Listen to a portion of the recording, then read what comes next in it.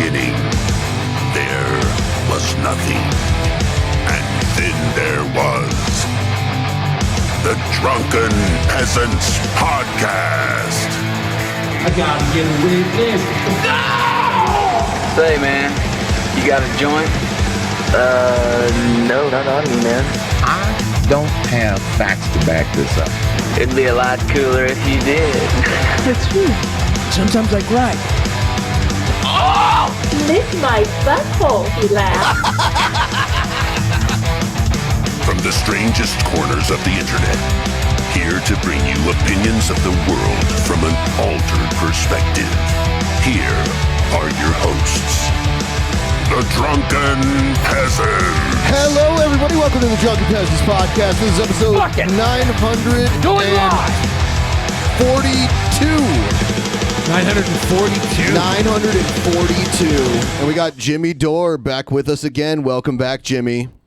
Yeah. Hey, thanks for having me. Great to be here. Yeah. We've before we went live, we were talking a little bit about Dave Chappelle. I think we'll probably talk a little more about that here in a minute. Yeah, I think that's the first topic we'll kind of dive into. I want to get into that too. I like talking about this stuff. I've been watching a lot of the YouTube takes from both sides. And I think if you're trans, I understand why you're angry. And if you're a comedian or if you like laughing, I understand why you're laughing. And I also think that trans people have no sense of humor.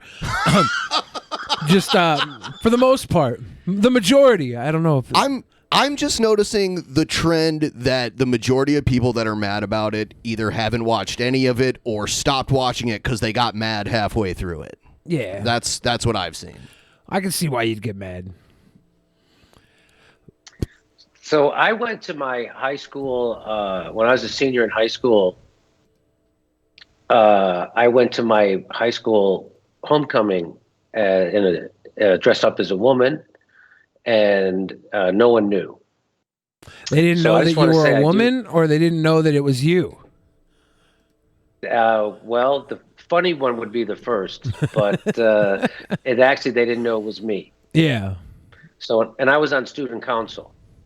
So I was the treasurer. So it wasn't like I was an anonymous figure in the school. And so I think I have street cred to talk on this. That's all I'm saying. I am naturally curvaceous because I'm fat and I have long, beautiful curls when I let them down.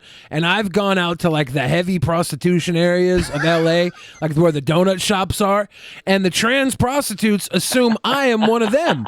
I got invited to all these after parties. I got an after party at Miley Cyrus's house. I would have went. Wow. Yeah. They wanted you to be the wrecking ball. Yeah, I that's like not even in LA, not even in the high prostitution areas. Here in Seattle, back when I used to have to ride the bus because I didn't have my license for a minute, I was riding the bus and I'd get all these trans people come up to me assuming that I was trans, and I'm like, I don't mind if you assume my gender. You're wrong, but I don't mind. I guess it's just different. Here's a picture of me when I was 20 years old. You are a very fuckable T-boy. Yeah. Yeah. You're very fuckable. So, what? How long ago was that? 20 years ago. I wish I could show my picture. So my picture. My friend John Corelli, who went on to become the treasurer of the police union in Chicago, he didn't have a date, and he was going to take the center of the football team was going to dress up. I forget what the guy's name was, but and they were, like as a joke, like Tootsie, and then like a week of the homecoming, the center for the football team started dating this girl. And so the girl was like, well, I want to go to homecoming. And so he's like, I can't do it anymore, John. I can't. And so I was like, well, I wasn't planning on going to homecoming. So I go, I'll do it, And so that's how it happened. And I honestly, I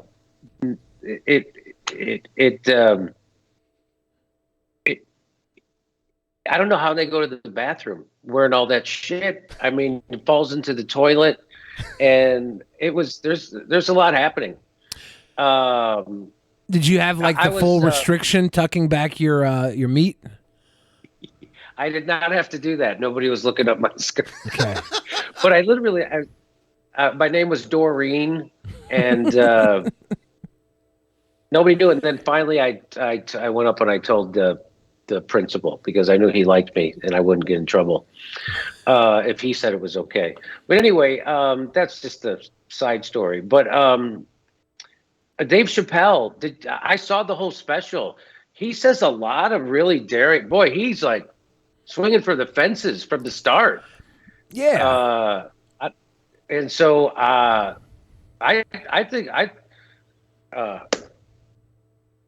think it's I get so scared talking about this object. I don't even like talking about trans fats. That's how scared I am. That's because the category I'd fall into. You know, you cross the T's, they'll dot your I. That's what I say. Yeah. And so I actually have a whole routine about the LGBTQ thing and what each letter stands for, and in my stand-up act. And so, which I'll be performing in Florida at the West Palm Beach Improv next Wednesday night, ladies and gentlemen, and Buffalo, New York next weekend. Getting up the coast. Yeah, we had doing Friday and Saturday in Buffalo, so that'll be fun. I was there right before COVID. But anyway, I think it's great that Dave is mixing it up. And I saw somebody criticizing him. They go, "Who is he? What authority does he have to talk about trans people?" I'm like, well, what authority do you have to talk about a guy who's one of the greatest comedians of all times doing art, creating art? He's creating a thing that's going to last forever, and he's creating art. And what is your credentials to critique the goats of comedy output? So that's why I get a little defensive from a comedian's point of view. You know? Yeah. You got. But you know, it's not like it's not. He had his funny thing about when he compared to Baby. That I don't want to give away the punchlines if people haven't seen it, but I didn't know DaBaby killed a guy in a Walmart in 2019. I had no idea either. And nobody canceled him for that. But he made his comments, and the LGBTQ snuffed him. They were like, no, like, you can kill who you want in the Walmart. We don't care about that. Make all the music you want. Yeah. That's actually a boon to your musical success if you kill somebody. Yeah, right. Especially if you're a rapper. Yeah. And he got canceled from Lollapalooza. Did you know that? No. Yeah. He got canceled from everything except he got to hang out with Marilyn Manson at Kanye's listening party. So that was the only thing I've seen him do since the cancellation. Because Kanye doesn't care. He's like, look, this is. Well, Marilyn Manson is side. canceled too. Exactly. That was the point. They were all sitting up on stage. Here's the canceled people section over here. I saw. Actually, no, that's not the one. I saw this today. I hope this is a troll, but I saw someone post this under the GQ hit piece on Dave Chappelle. I seriously hate comedy. I always have. I don't know why there isn't more if a push to get this taken off. Sorry, but I'm so mad at how many people like this stuff. It needs to be shut down. I agree. Censor everything. Who needs to talk about anything ever? We need one opinion, and if you don't like it, and if the opinion from what you like, Rachel_EDU_, if it's not what you like, and that's the one opinion we all accept, you got to suck it up and just jump on the train too. Nobody can have any discerning opinions at all. It's like one straight line from cradle to grave. That's it. Disagree? I seriously hate comedy. What kind of a sane person says something like that? I think you hate mental health too. Get some help. How about a hug? You hate comedy? How about don't watch it? It's not for you. Yeah. It's not for you. That's not for you. I seriously hate people that take things seriously.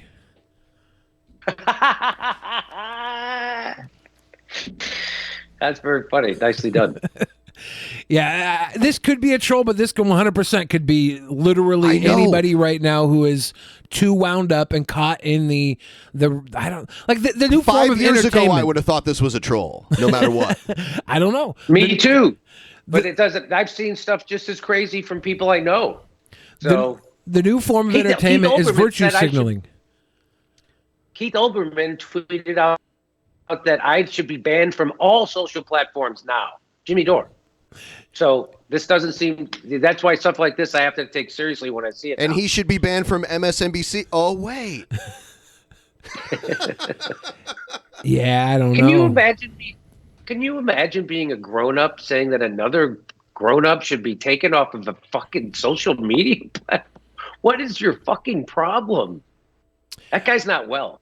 Yeah. If anything, they should put you on a watch list and more people should pay attention. If you're really that bad, you should be held under the highest form of scrutiny. Like, what's Alex Jones doing right now since he's been removed?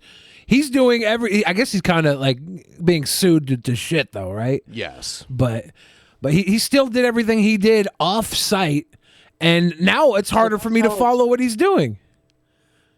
That's how it's supposed to work, right? We already had a system in place to check people like that, and now he's paying a price.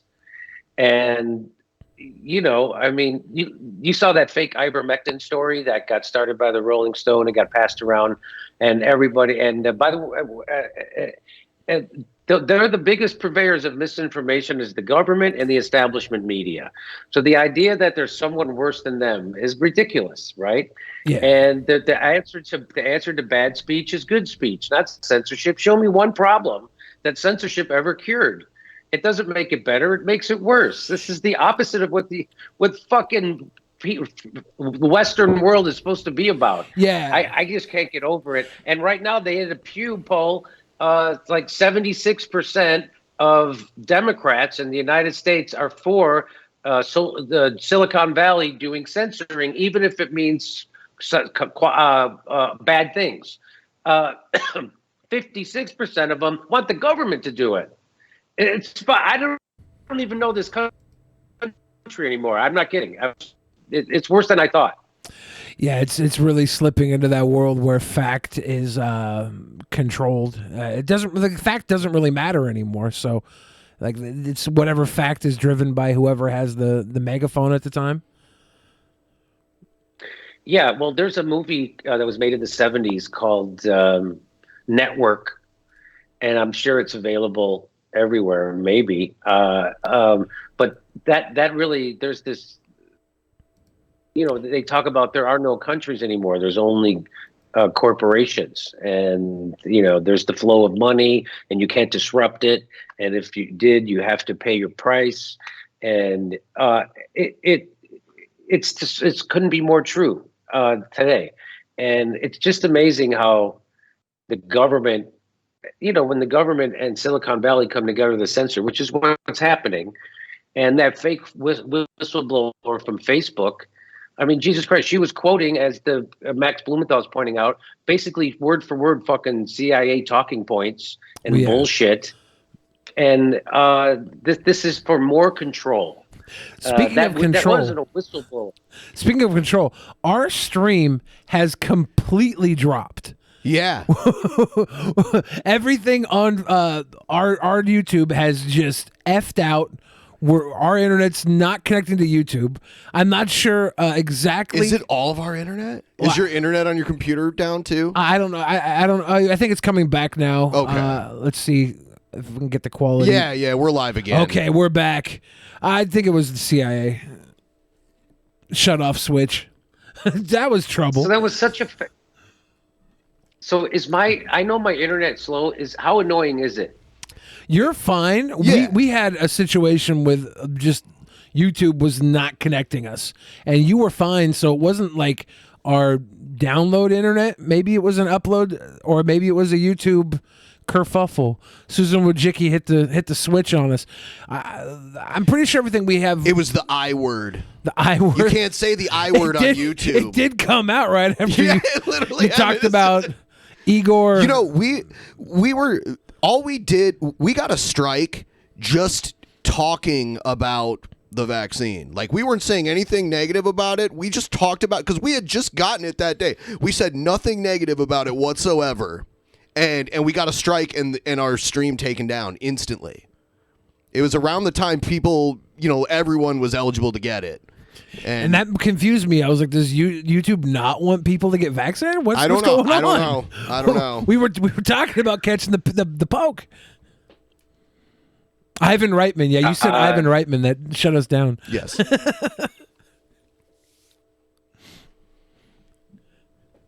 I mean, can you blame people for not trusting? I mean, do you really censorship? Why? I thought I was taught growing up that that's what authoritarians did because they were afraid of the truth. That's what dictators did. That's what communists did. That's how it was in China and Russia and North Korea. And now here we are, and it turns out everybody's cool with it. Oh yeah, well, it's because they're told it's cool. Everything's always kind of been propaganda, right? They had the what was the Canyon CIA development in L.A. back in the '60s. I think Jared Leto owns it now, but they were running all the propaganda out of Hollywood back then, and it's only gotten better and better now. Like if you follow the trail, Laurel Canyon. It's the way it is, right?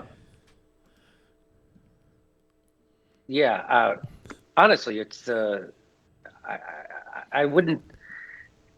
I don't know how. So kids and everybody's like, okay, like people know the workarounds. All of a sudden, like, oh, you can't post it like that. You have to post it like that on Facebook, and everybody knows how to get around like the censors now. It's like they just second nature it. It's like, doesn't that scare you that people just kind of have? It's being assimilated into people's consciousness that we live in a world of censorship. Like it's just, that's why I don't know. That's why what I say in the United States is we're the richest country in the world, and everybody's living under bridges. Half the country can't afford a $400 emergency, and nobody still has health care. They say 600,000 people died from COVID in the United States. Well, they did a study. 200,000 of those people died because they didn't have Medicare. If they would have Medicare for all, 200,000 people would still be alive today. They never talk about that. They just want to give you the jab, right? Yeah. And they go, God, you got to get the jab. And why? If it's for your health. Well, wait a minute. If you really care about my health, wouldn't you fucking give us health care? Because 200,000 more people would be alive. 600,000 people wouldn't go bankrupt a year. People with health insurance, people who have jobs. And they go bankrupt to become homeless. 40% of the homeless people in the United States have jobs. God, 40% have jobs? Yes, that's how fucked up it is. That's so sick. And can I tell you a story? I was Sure. I was in a restaurant, and I always have my phone on vibrate, right? I always never have it on to ring, and all of a sudden it got like an alert. It went like there's fucking like there's a tornado or something, or flash flood. I thought, I'm like, what's going on, man? Is there an earthquake? Is there a nuclear attack? I gotta find a fucking a sewer to get into. I didn't really. And as I go to look at my phone, I notice everybody else in the restaurant, their phone went off with the same alert. It really scared the shit out of me. I was like, oh my God, this is like a nuclear. What is going on? And I looked at it, and it was a silver alert.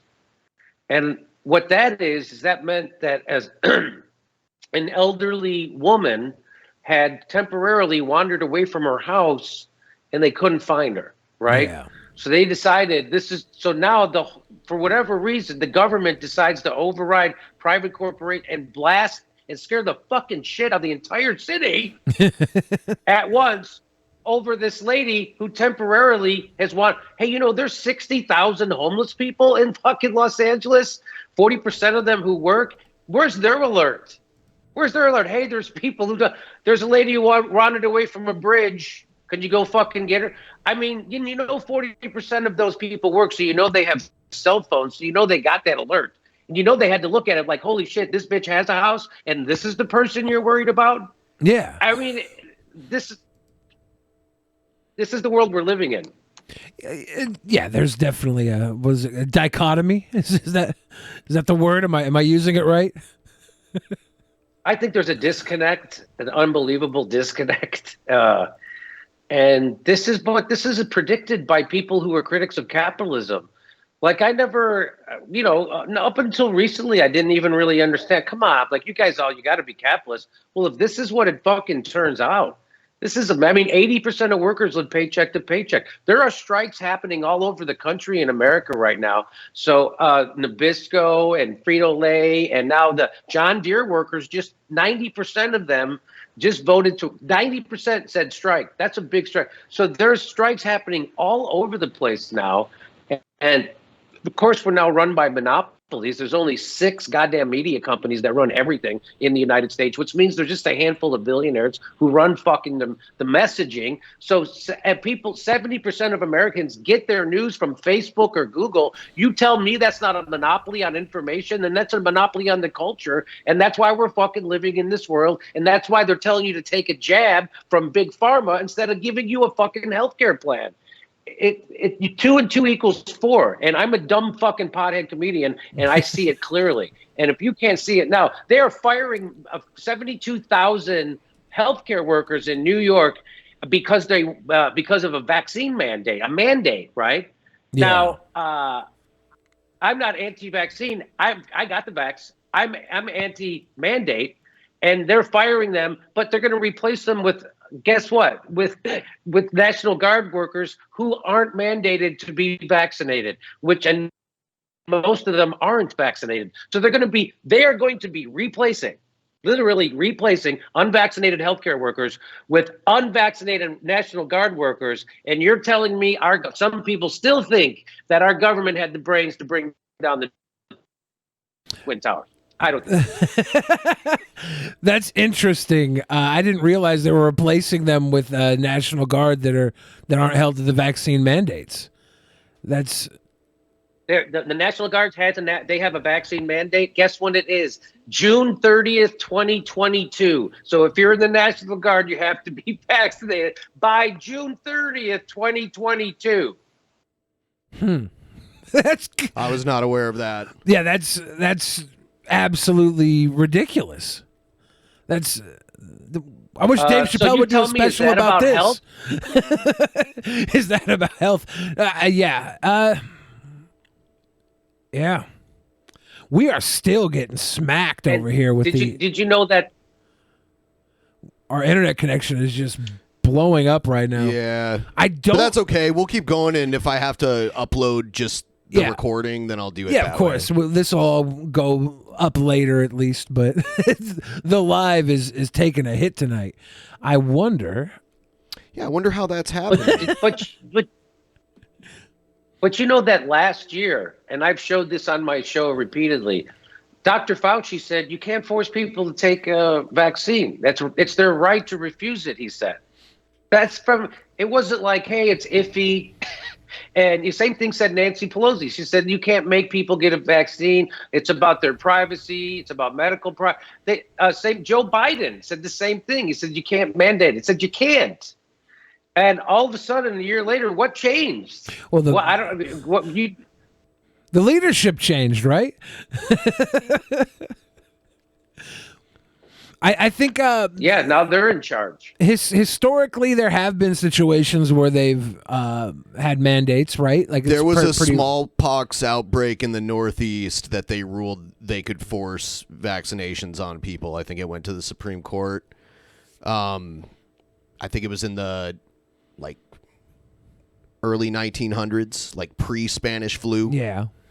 I don't have a problem with private organizations requiring their employees to get it, but I don't know about them coming to your house and dragging you outside and forcing you to get vaccinated. I don't know. More recently, I heard Fauci saying he wasn't sure about people who've already had COVID getting the vaccine. He doesn't sure if that will help, right? And so, but they're still mandating people who have previously had it, even though they're not sure whether or not it has any effect if you've already had the antibodies introduced. But that's the problem with dealing with all this so new. Like every side's just looking for answers at a rate that I think misinformation can grow a lot quicker than answers can. Dr. Sanjay Gupta asked Dr. Fauci on CNN, hey, what about these studies that show that the natural immunity to COVID after you've had it is 10 times better than the vaccine? Why should those people have to get the vaccine? What do you say to that? And Dr. Fauci said, well, I don't really have a solid answer for you. What the fuck? You're going to mandate that person takes a medical treatment and you don't have a solid answer? Why? What the fuck? Again, these mandates are not about health. And and there's a lot of places like right now in Canada, they're saying that if you're a male and 24 years old and under, you should not get the Moderna vaccine because of side effects. That's what they're saying, and they're also saying that in Europe. So this idea that you should mandate people to take this, and they're still discovering things about it every day, is that it's insanity to me that you can mandate that. And by the way, if I'm vaccinated, again, if I'm vaccinated, I got double vaxxed. If you're afraid, go get it, and that's going to protect you. And now it's going to become endemic. Like most of the experts are agreeing, you can't vaccinate your way out of this, because we've seen countries now like Singapore and Israel, 80-90% vaccination rates, having the biggest COVID outbreaks ever since before the vaccine. They didn't have it as big. So Joe Biden's doing worse at it than Trump, and he's got the vaccine. So people are starting to realize that this is the WHO said that this is going to become endemic, and you can't vaccinate the coronavirus away. So we should prepare to get it, and there are treatments for it, monoclonals, and it's crazy the way they divvy those out. It's crazy how politicized medical treatment has become over this. And again, this isn't about. So I'm just saying this isn't about health. These mandates. Yeah, the health system in America has always been a cash grab, right? Like the pharma business is ridiculously huge. All these mandates, these vaccines coming through. Like there's 3 companies that are benefiting: Johnson & Johnson, Moderna, and Pfizer. Like you see where the money's going. You follow the trail. You understand why it's the way it is. I like to think that it's helping some. Like you look at the numbers, right? I mean, yeah. Like, are the numbers a lie? Yeah, because I mean, if we trust the numbers say that most of the people that are unvaccinated are the really sick and dying people. So, yeah, I don't. I don't know. I know that the vaccine wears off. I know everybody admits that. I know that this is the first time we've ever used mRNA. I had the guy who invented the mRNA technology as a guest on my show.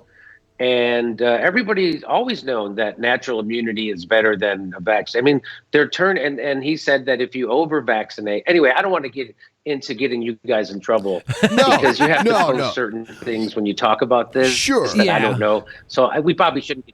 Sure. And I think you're right. There's a lot. There's a lot of regulations around talking about this. Definitely. And so, like, for instance, you have to put up the disclaimer under your head thing, and you have to say opposite. You have to say, of course, the CDC's. You have to give both sides of it. So I don't want to get you guys too into the weeds on it. Definitely. So let's. What else should we talk about? Well, for one, I will say, I don't want to go too far into it, like you said, but I do believe there are other vaccines that wear off for sure, like tetanus vaccines, flu vaccines, that kind of stuff. Like you get boosters for some things for sure. But yeah, I think we can all agree the Catholics are really fucking up.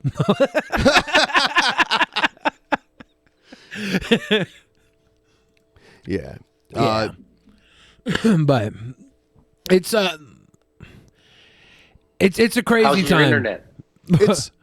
It's doing better. It's better It's kind now. of coming back. It's weird because it doesn't normally do this. It's kind of a weird random thing where I think it's karma. Is it? Yeah. It's Mercury in retrograde, dude. Like yeah. Hey, have you ever had your chart done? Have you ever had that? Not all I've the had way. 2 people do my chart. How was really? it? How was it? Yeah, like what was your experience? So the first time was when I first moved to Los Angeles. It was a comedian writer friend and his wife would do charts for, I was like, oh sure, what, and she said a bunch of things and I didn't understand any of them, but it was really interesting the things she was saying, and she did make predictions, right? She's like, oh, this, and this, at this age of your life, this will happen, and this. And I moved recently, and I came across it, and I was like, wow, she was dead on a couple of those things. It was fucking crazy, almost. Dead on a couple out of how many you think? What was the percentage that she was right versus wrong on?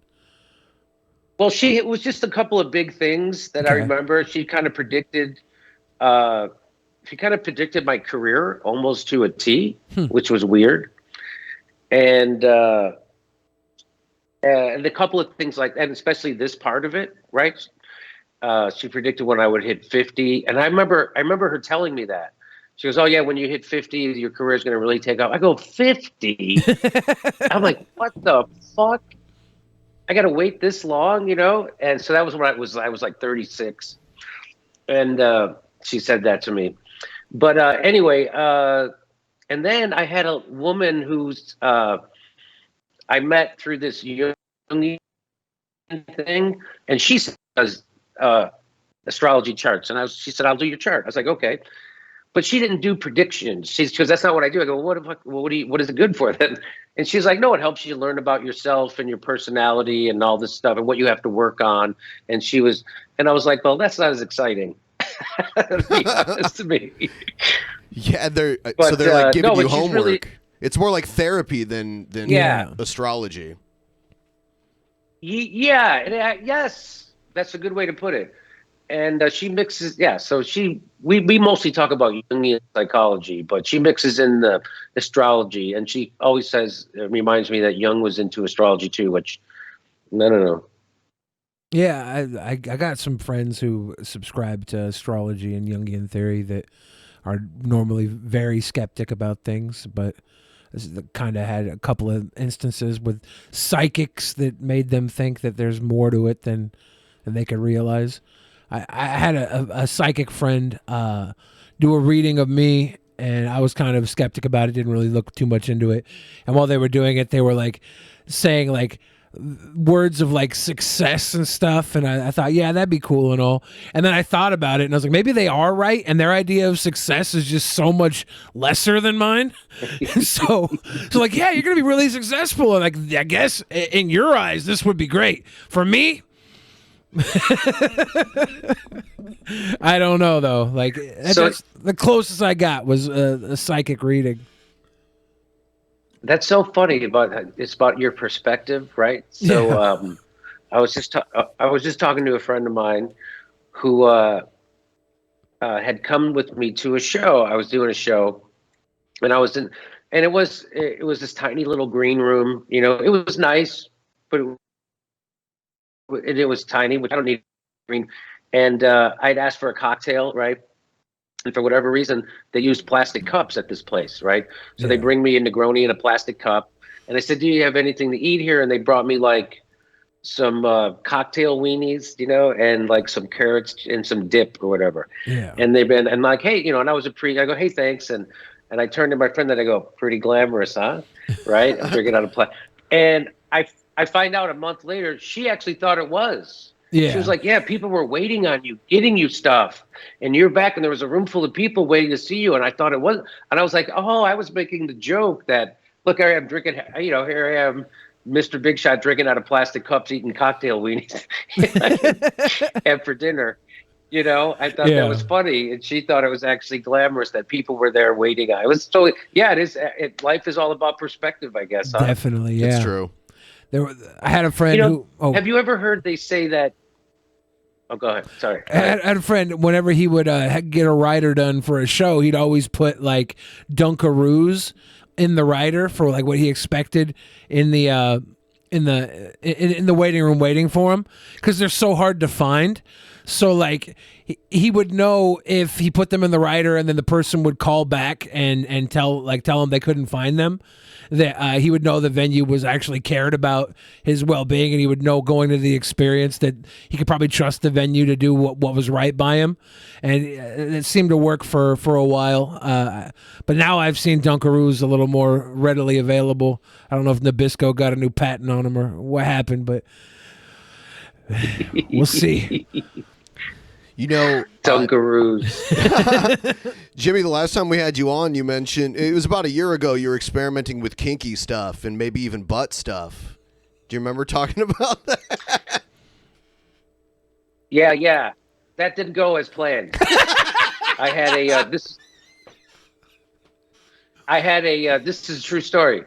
So I had to go to my family doctor, who's a woman, and usually I've had my prostate checked, and for whatever reason, my endocrinologist does it, Dr. Sharp. He's a guy, and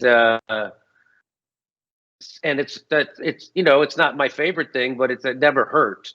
And so I was there, and he retired.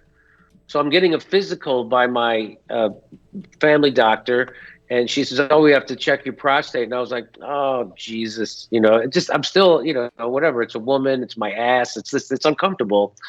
And boy, was it uncomfortable. She did it. It hurt so fucking bad. I'm not kidding. For like a couple of days, I was like, "Oh, am I still feeling?" It was just like, "Oh my God." So it swore me off that I was going to do the prostate orgasm thing, and this was like, no. Do you think I'm not going to go that route. Do you think maybe doctors know where to make it hurt so you don't derive any pleasure from the situation? I'm not kidding. It's fucking hurt. I was like, is this the universe telling me not to do this? I think that was. But, yeah. Anyway, but it turns out there's a lot of people into that. Yeah, it's like, and they tell me I'm missing out. I mean, I'm sure I'm missing out on a lot of things. I don't need to try eel. Eel's delicious. I don't need to try it. Eel's delicious. I've had eel. Oh, I was trying to think of something that. You've tried it all though. Yeah, I've tried everything. I've put the eel up my ass alive, and it swam around, and I just shit it out the next morning, and it was not happy. There's the freshwater eel, and then there's the seawater eel, right? And so the freshwater eel is always prepared sweet, and then the seawater. I like the way the guy I go to, he actually sears it, and it's like fluffy. It's amazing. It's seared and fluffy. The guy, yeah, yep. Somehow the guy prepares it. Where I go, the seawater eel. But now the freshwater eel's it's more dense. Yeah. And they always put like a sweet soy sauce on it, kind of. It's always a little sweeter. I always get it at the end. I like sushi. I do too. You guys like sushi? Oh yeah. I'm not the biggest fan of sushi. They just opened a new conveyor belt sushi place here. I've been to a lot of those, but the new one here is amazing. I've never seen anything like it. There's a touch screen, and if you want to order made-to-order stuff, there's another treadmill that you'll pick on the screen what you want, and then it'll come down the treadmill and stop right at your table, and you just grab it. It's completely contactless and everything. You're basically, the waitstaff only brings you your drink. But with my sushi experiences, my favorite parts were like when the sushi chef was talking to you and like recommending stuff. Like he would be like, "This is, you got to try this," and he'd do it right in front of you. And that was the cool part to me, was the presentation. So I don't know. I like robots too, though. I just rather order like girlfriends off of a computer than a sushi.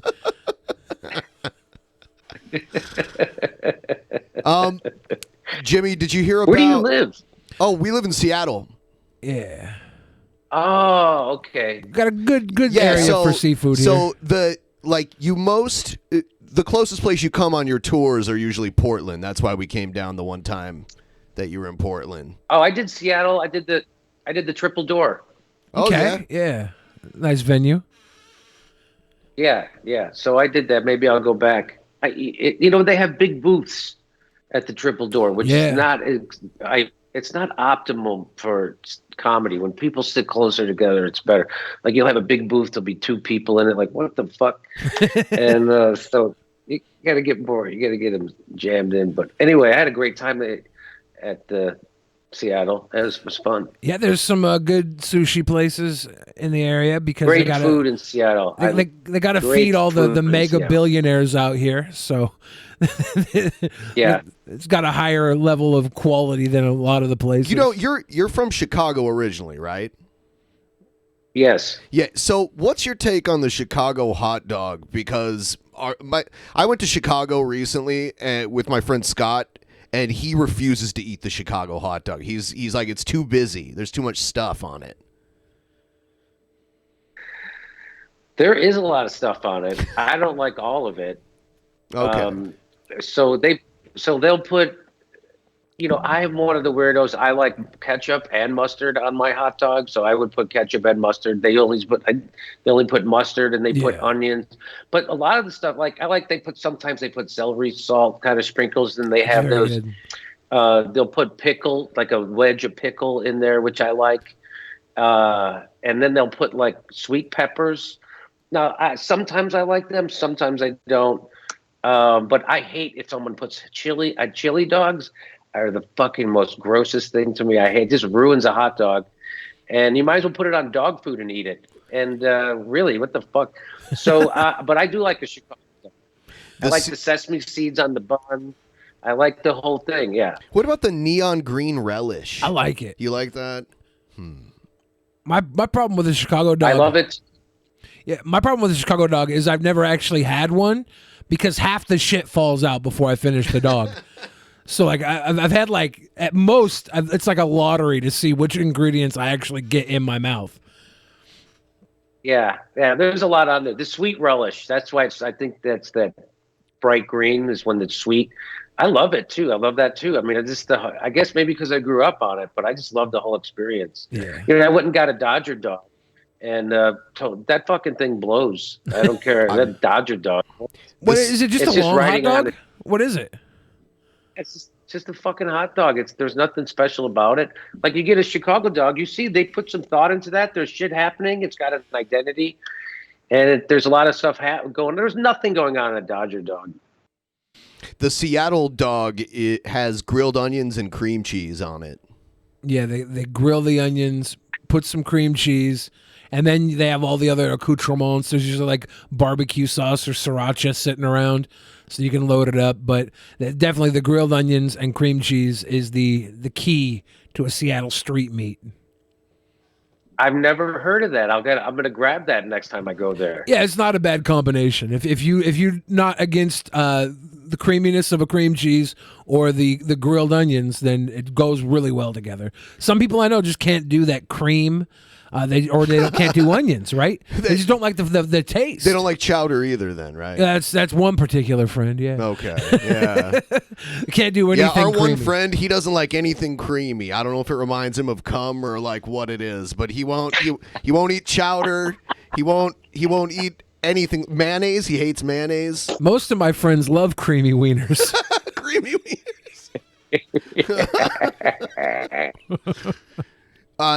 Jimmy, did you hear about gay Superman by any chance?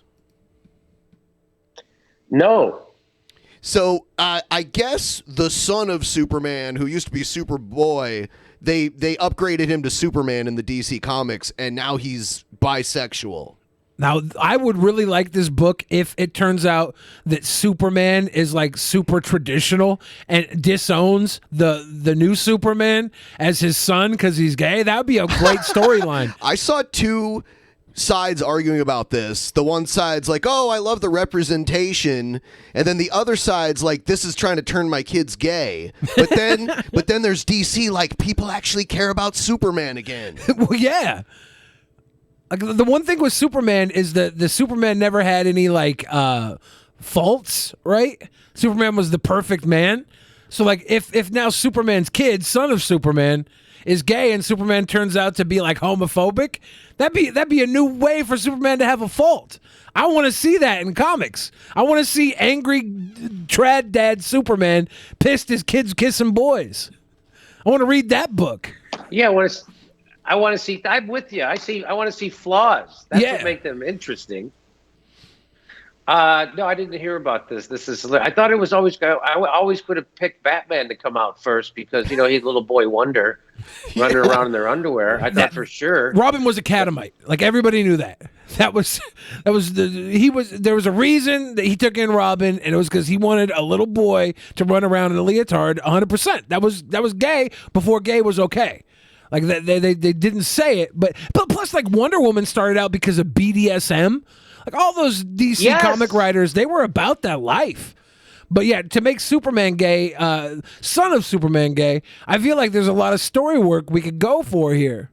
I'm interested. If it turns your kids gay, I'm sorry. As long as the story's good, I want it. You'd think they would have went with Wonder Woman first, right? Like maybe test out the waters there, because people are more accepting of lipstick lesbians. Maybe to dip your toe in that way. She was always like a mom dom type of situation anyways, so like she was as close to lesbian as you could get while still making men want to fuck But you her. know what? Lois Lane was always making out with the other people from the Justice League. Really? Yeah, dude, look at the cover of this comic book. They're all like, they're fighting over their turn to make out with Lois Lane. Superman's the ultimate cuck? Was it because his penis was too strong and would kill her? Is that why every other guy got to run at her? You think Aquaman's got something? I don't know. Who's the guy kissing her at the Green Arrow. Green Arrow. Hurry up, Green Arrow. It's our turn to kiss Lois now. Featuring Lois Lane and guest stars Aquaman, Batman, and Green Arrow. What has Lois Lane got that I haven't got? Not only does she beat me out with Superman, but now she's got the Justice League members mad about her? This poor woman. Give to Superman Fresh Air Fund. What was the Fresh Air? Dude, DC Comics has been around forever, and I know maybe 2 stories they've created. I'm just not into it. I need to know, why is Superman getting cucked? And this has to be a good story, right? You're not going to put... When I found out that people actually read Superman and Batman, I read Cracked magazine and Mad magazine. Yeah. Why would you read a Superman comic? It fucking blew my mind. I would watch a Superman cartoon, but I wouldn't watch a fucking But that's different strokes for different folks. Some people love reading cartoons or whatever you call comic books. Yeah, but I don't get that. I don't get it. I was always about the Mad magazines and Cracked before I would go get a comic book. I got a few comic books here and there. I remember buying the Bizarro Superman comic book. Everything was at 7-Eleven when I was buying it because I couldn't go to comic book stores until I was older.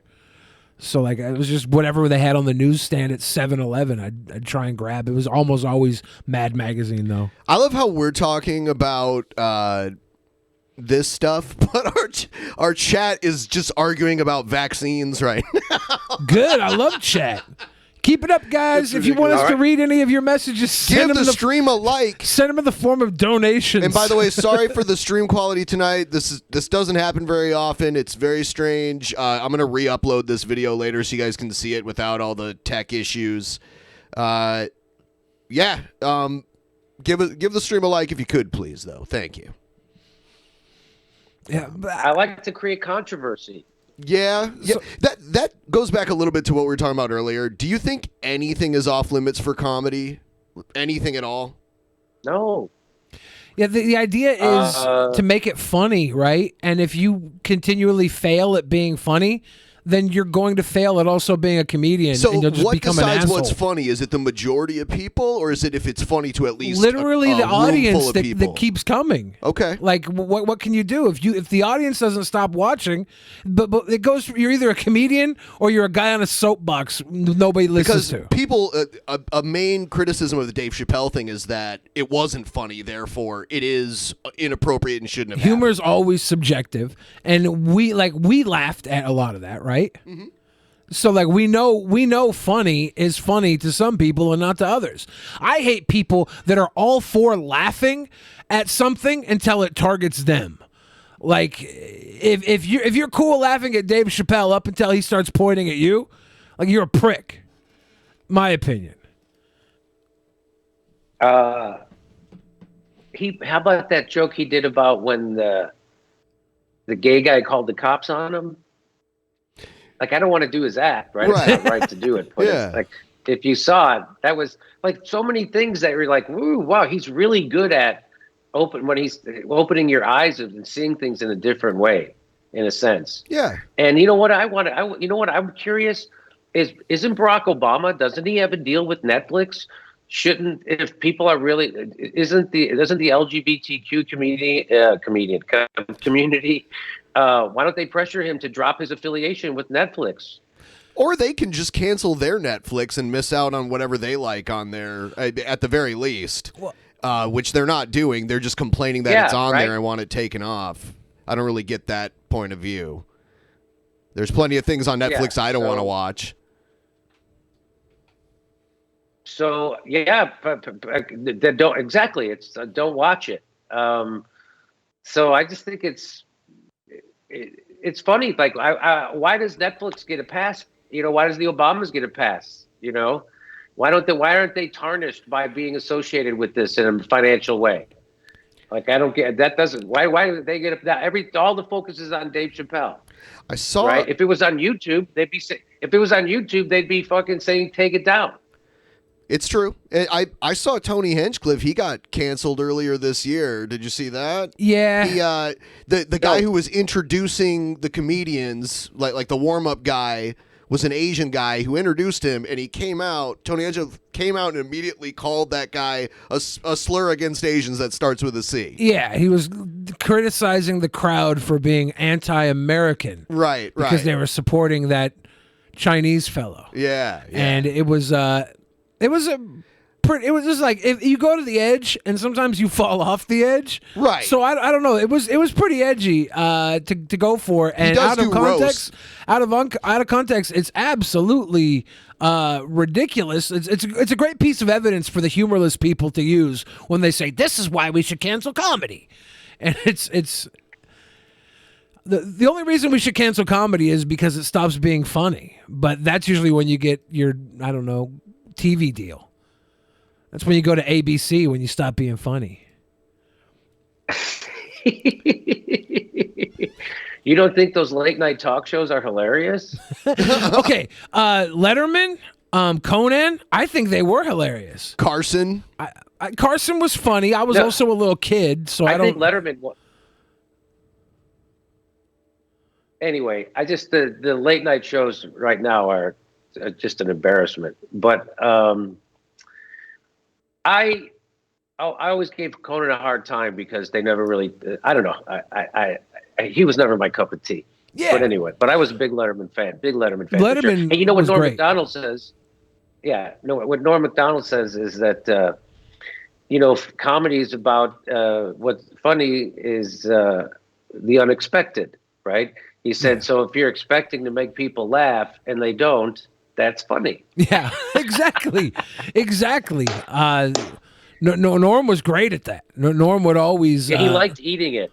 Yeah. He didn't mind it at all. He didn't mind eating it. I remember I opened for him, and before he was famous, we worked together for a whole week in Chicago. And some shows, it was like he was trying to eat it, right? Yeah. And I was like, hey, why do you do that? He goes, oh, it's kind of fun sometimes, isn't it? They never know what to expect. And I'm like, really? Like, he liked it. He was a different cat. I would always try to get them in some way. Well, not always. There was a few times, that I turned down a crowd and I didn't fucking care. I wanted them to leave. Told them, go ahead, get out. If you got to be willing to walk a room, if you really want to be edgy, you got to be able to push them all the way out. I couldn't do that. I'd always start blowing the crowd as they started walking away. No, come back. I always heard bad jokes. When someone would tell Norm that some other comedian that he didn't really think was funny was a genius, he'd be like, what is he, good at math? Yeah.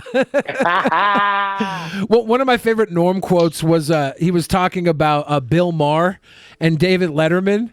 And he was like, David Letterman is a smart guy that plays stupid, and Bill Maher is a stupid guy that plays smart. I was like, holy shit. Yeah. It is more fun to I think it's smarter comedically to play the dumb guy. So when I would play the rooms of people when I was playing nightclubs, and people didn't know who they were necessarily coming to see. I was the headliner at the comedy club, and so I had to find a way to get them to listen to the shit I had to say, and no one wants to hear a fucking lecture. So I always act like someone was telling me this shit, and I was like, what? And so I mean, it's smart. And they asked them about comedy during the era of Trump, and they asked him, is it easier or harder? He says it's easier for idiots. Yeah. He says it's a lot harder for people who want to do good comedy. I knew exactly that's right, because people would criticize me. How come you don't do more Trump jokes? I'm like, hey, it's covered. Everywhere you go, there's fucking Trump jokes, all right? It's like, that's low-hanging fruit. Hey, why don't you make fun of the village idiot? I'd like to make fun of the system that gave us the village idiot and now is trying to wash its hands of him. Yeah. All right? That's what I want to talk about. And how about the fact that the village idiot is still doing the bidding of the establishment 100%? Exactly. Why are the Democrats fast-tracking its fucking judges? Okay, yeah. I could get worked up. I get a heart attack. You gotta breathe. I'm still hoping we get a run from Jesse someday. Ventura? Yes. Me too. Yeah. I saw you talk to him, and not only am I a fan of him politically, but I'm a huge wrestling fan, so I do what they call marking out. When I have 1 degree of separation between me and Jesse Ventura now, and that's you. Thank you. Well, I tried to do an impression of him. I could never really get, why do I want fluoride in my water? So you don't have to brush your teeth. I think that's fair. That's how that works, right? Guys like you and me, we're the patriots. Yeah, no, we're the patriots. But I love Jesse. I've never met him in person, but I've filled in for him at RT. I used to be the fill-in guy for him when he would go on vacation. I would come in and fill in, but then COVID happened, and I guess they figured out. And I was like, I'm not going. I was super scared when it first happened. I wouldn't go out of the house and shit, because I have underlying health. And so I was like, I'm afraid I was going to die. They really did a number on me. I was scared to death. So I understand people who are scared of the COVID. I was one of them. I was super fucking sprayed of it. And, but then it turns out like 99% of the people who get it end up living. And I don't know. Maybe I'll get it and die. I don't know. Maybe I should be more scared. But I washed up my fucking I didn't go to the store. I got everything delivered. I wiped it down. I mean, there was nobody that. Oh my God! I wouldn't even go to the bathroom at a gas station. I wouldn't do anything. And shit. I also didn't do a lot of stuff during that, and I feel like I didn't get any of the sicknesses I was usually getting, like the regular stuff, and I kind of missed that because now I'll get the little sniffles here and there. But for like that good year of doing nothing but hiding, I breathed so clearly. Yeah. Yeah. What about? They say that because people are reporting that they're getting their worst cold ever, and I read an article. I don't know how, but it is said that because people haven't been exposed to stuff, that a regular cold is going to feel worse now. Yeah. And I don't know medical science on that. We're not giving medical advice here, YouTube. We're just talking. There's isn't that shitty? You can't just talk anymore. You can't just fucking talk. Yeah. That's rough because I was always about bullshit anyways. So I couldn't get fact checked. I'm always lying. I'm always making stuff up because it's more interesting to me than facts. So like, if you watch me, you should know that. You should know like half the time I'll slide a fact in, the other half it's complete bullshit, and I want to deliver it in a way that you have no idea which is which. That's my particular brand of talking. I like that. And if I'm going to get fact checked, I'm going to be fucked. Yeah. Yeah, Norm. That was kind of like Norm Macdonald. I never knew when he was being sincere and when he was pulling my leg. Yeah. And that was what was funny. I love that. Yeah. So, but now you get censored for misinformation, even though, again, the greatest misinformation comes from the government and the establishment media, and that's that. And if we have the next WMD's moment, guys like me will get censored, and the lie will get printed as always, because the perpetrators always own the media. Well, Russell Brand recently got hit pretty hard for his YouTube video talking about Trump and Trump being right about Russia, right? You remember that happening? Yeah, I covered it. Yeah. And so he was, of course, responding to the story that Hillary Clinton's lawyer got indicted by the way, Joe Biden's Justice Department for planting a false story and lying to the FBI about Russiagate. And so my whole point is now, if this is so, the dossier was paid for. That was all debunked. It's all made up shit. The dossier. Now this is another thing that is completely. So if it was real, why would Hillary Clinton's lawyer have to lie and plan a false story and then lie that he wasn't working for Clinton at the time? What the fuck? I mean, so anyway, Russell Brand covered this, which, you know, at my show we famously pioneered with Aaron Mate, the debunking of the Russiagate. I did it at the Young Turks when I was at the Progressives. I did it behind the paywall. The Young Turks would go repeat CIA propaganda. I would debunk it. And I was the most popular members only show they had by a factor of about 10. And so I did that on my show too. And Aaron Mate won the Independent News Award, the ISI, the IF Stone Award for independent journalism for his meticulous debunking of the Russiagate. So, you know, that's where I stand. And this is and anybody who repeated that and believed it is a fucking dupe. But that's how strong the propaganda is they can make you believe that. They can make you believe that a medicine that was invented for human beings that won the Nobel Prize for Medicine in 2015 and has been prescribed over 4 billion times is somehow a horse dewormer. That's the propaganda. That's how powerful it is. Did you know ivermectin won the fucking Nobel Prize for Medicine in 2015? The guys, yeah. So I don't want to get our channel shut down for facts. So, no, you know what? Because there are medications that are used in both dogs and humans. So it's been used in horses, it's been used in humans. So it's kind of a weird talking point. Whether or not it's actually helpful for COVID, I don't know. I don't. We didn't say. I didn't say that. I'm telling people it's not a wormer.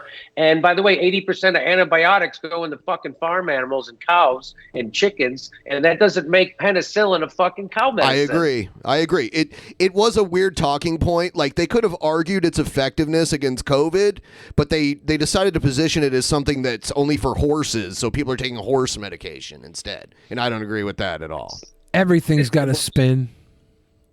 And so that just shows you the power of propaganda. So I can't blame somebody for repeating that ivermectin, the Nobel Prize winning thing for one Nobel Prize is I can't blame somebody for repeating Russiagate. It was everywhere. I mean, yeah. And you were being told authoritative sources that this was real. Just like I can't blame anybody for thinking that Saddam Hussein had weapons of mass destruction and we should bomb them. I mean, that they were told that over and over and over. But that's the whole point of people coming to YouTube for information, is because they're sick and tired of that fucking information. And now YouTube is like, no, you don't get to say that shit anymore. So we're living in this, and it's the embracing of censorship is the end of this country. I'm not even hitting a little bit. We are look around.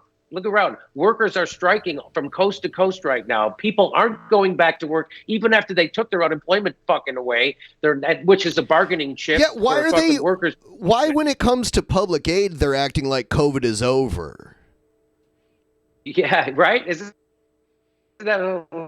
And because they already transferred $5 trillion, the largest upward transfer of wealth in human history, they did it, and that was called the CARES Act, and they got every progressive, including Bernie Sanders, to vote for it. They didn't fight against it; they voted for it. That's called the 100% corporate capture of our government. Nobody's fighting for you, and that's why I keep telling people: stop voting for Democrats, stop donating to them. That's the only way you're going to change them. That's not me talking. That's Lawrence O'Donnell who said that.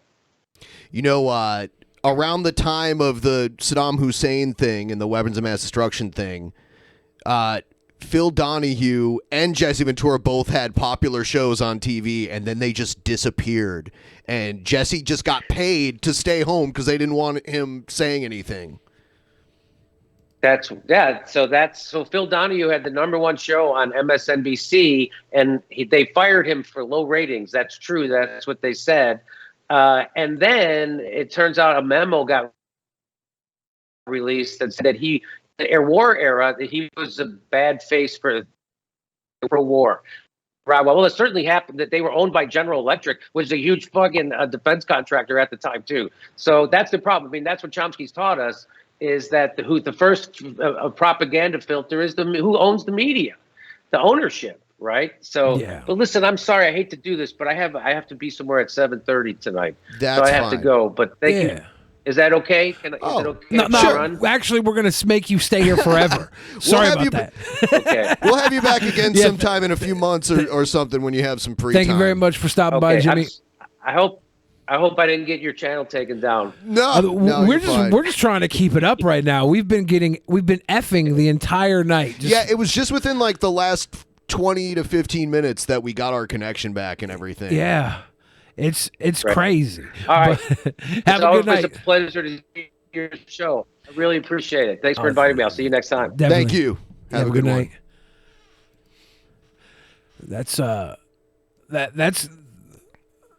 That's weird that we had such a struggle with the connection.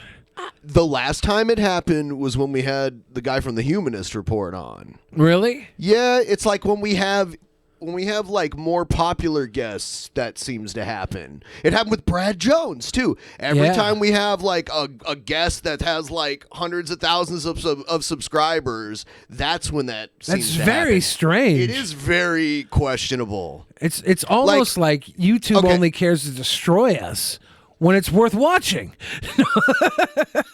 So I like Jimmy personally. I don't agree with all of his viewpoints. I push back on a few of them. Honestly, it's not smart to talk about, the poke too much. Some people won't even say it on their channel. Yeah. But I'm fine with vaccines being mandated by organizations. I'm fine with healthcare workers having to have it. I'm fine with that. I don't know. I don't think we'll ever get to the government could do it if they wanted to. I think they're a little apprehensive to do it, but the government could force people to get vaccinated. We're beyond I think the it's point. in the law for that to be able to happen. We're beyond the point where 70% Should we vaccinated. Call it boop boop? I don't know. Yeah, they said 70% would have been herd immunity, right? That's what they said. And we're beyond that point. It's up to 90% now, I'm pretty sure. Yeah. So it's just like, it's crazy how all of this is a fumble. Right. And the argument that natural immunity is better. I mean, no one's saying, hey, why don't you get polio really quick and then you'll have a natural immunity to it. So, there are certain illnesses that they'd rather not have you get and build immunity to. And at this point, they're recommending this one. Get Jimmy off the screen here. It's nice to see that Superman is going to be bisexual, though. Not even like they didn't go full gay because they want never go full gay. Well, if Superman goes full gay, like that's a problem. Because what's the hell is the next Lois Lane going to do? Is it going to be like Larry Lane? Like where do we go? We got to be bi. I don't know. Maybe it's the big push to make women look stronger. So they only made Superman bisexual, so he'd have to save the man in distress instead of the damsel in distress, because all the women in Superman's life will be strong enough to save themselves. That could be from a writer's standpoint. I want to know where they're going to go with this. They just make Superman bi to make him bi. Sergeant Moto says smallpox was mandated. I think you're talking about Smallville. That was the Superman show. Yeah, we talked about that earlier when Jimmy was here. A lot of things were lagging earlier, so you guys might have missed something, but I'll re-upload the whole recording. But yeah, I did bring up how the government, it went to the Supreme Court. It wasn't the whole country, it was a small region where smallpox was breaking out, and because some people were refusing to get it, and they mandated it and forced people to get vaccinated. That has happened. Oh. That was 1905. There was a lot less people to deal with at that point, and a lot less misinformation going on out there. I don't think ivermectin is... So my stance on the ivermectin thing is I don't think it helps with COVID, but it's not just for horses. It has been used in people, but not for COVID. It has been used, but it doesn't do anything. It's pronounced Ivan Reitman. Ivan Reitman? Okay. Yeah. Jason Reitman, right? He's doing the new the new Ghostbusters. I was like Starbusters, the new Ghostbusters. He's Ivan Reitman's son, right? So that'll be pretty sweet. I heard they're gender swapping the Ghostbusters to be all men now, so that'll be fun. I stole that joke from Scott Henson on Twitter. Oh, did you? Yeah, he said I'm happy to see that they gender swapped the. I don't remember exactly how he worded it, but it was cute. I heard Bill Murray's going to be in the new MCU somewhere. As who? They're not sure yet. It got leaked. It got leaked. Some guy was playing a stand-in for Bill Murray and put it on his, I don't know, whatever OnlyFans is for actors, Model Mayhem or something. No one uses Model Mayhem, I don't think, anymore. I don't know. It's kind of an old school thing. I'm a boom. Everyone, please like the stream if you haven't already. Charles Kahn says Shang-Chi's dad will be played by Bill Murray. Lit. I would watch. Please. I want that. Eventually being straight will be the thing all the teens do to rebel. Soon, yeah, the pendulum swings. It's never swung that way before. What was didn't they remake The Heathers?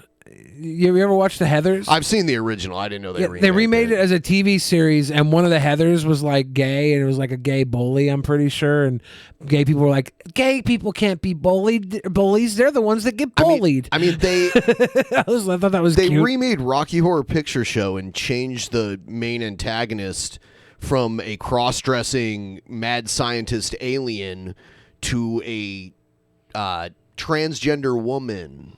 That's not an alien? Well, maybe I didn't watch it. That might all be the same. I don't care about the rest of it. I need to know if he's still an alien. But the character isn't transgender. It's just a cross-dressing. Originally, but yeah, the characters adapt. You know, originally Superman wasn't bisexual. Can you believe that?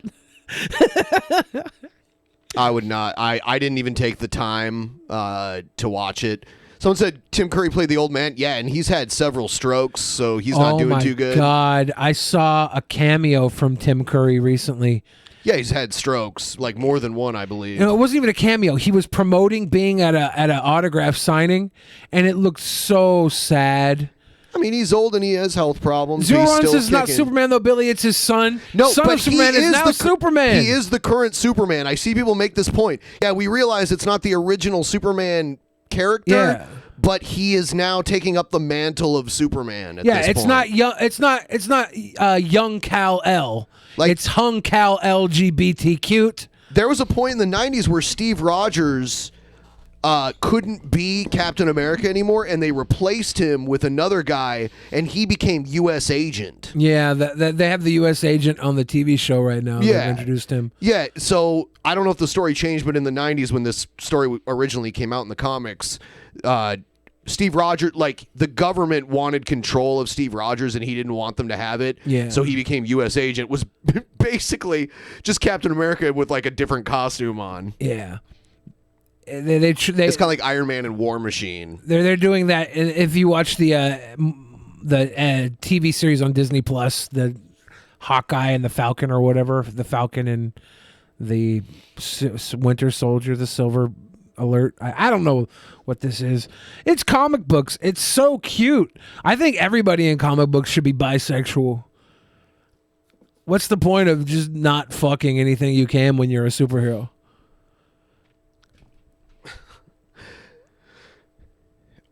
Maybe they're... What if you're like Galactus, though? How do you do that? Or is just eating their planet the closest thing? He just eats Uranus.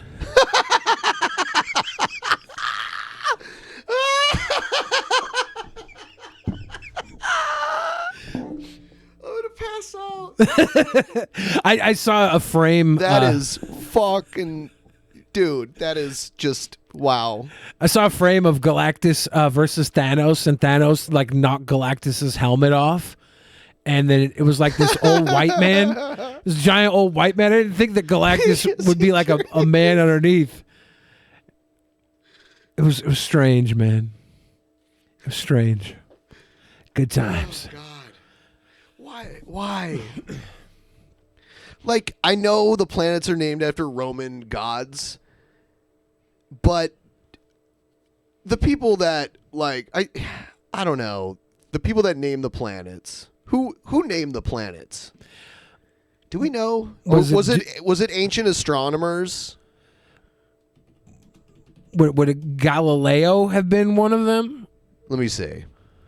Can I get Galileo for 100? I don't know. Galileo. I think. Did we figure it out yet? I don't know. Let's see. Pluto, which was classified as a planet in 1930 before being stripped of that celestial honor in 2006, was named after the Roman god of the underworld thanks to the suggestion of an 11-year-old English schoolgirl named Venetia Burney. So that's how Pluto got named. Yeah. Well, how was Uranus or Uranus? Okay, two other planets, Uranus and Neptune, were discovered after the telescope was invented in the early 1600s. Astronomer William Herschel, who is credited with discovering Uranus in 1781, wanted to call it Georgium Sidus, George's star, for the British ruler at the time, King George III. Other astronomers were interested in dubbing the planet Herschel. It was German astronomer Johann Bode. My question was, were they an English speaker?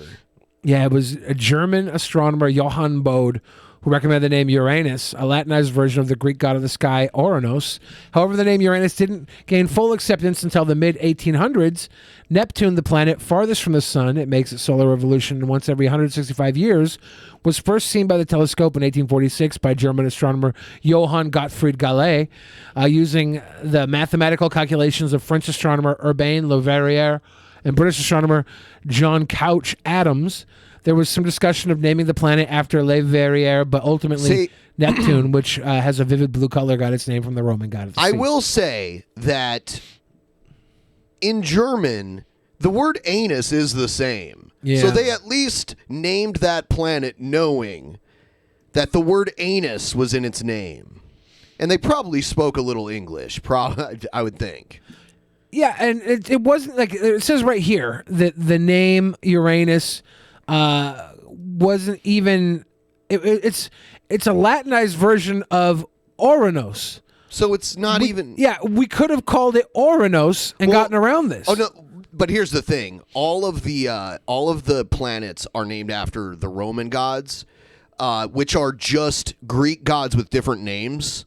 So that would, if they named it that, it would be the one planet with a Greek name instead of a Roman name. So now it's just Uranus, which is not connected to Romans anyways. Is it? Is it not? Uranus is a bastardized, Latinized version of Oranos, the Greek god. Well, Romans spoke Latin, so that's what that is. So all of the planets have Latin names, and they're the names of the Roman gods that correspond with, like Zeus and Jupiter are the same, and Mercury and I believe Achilles are the same, and Venus and Aphrodite are the same. So it's just the Latin name for the Greek god. So that's what Uranus is. What's Uranus? Is what level planet is Uranus? Is like we're the third, right?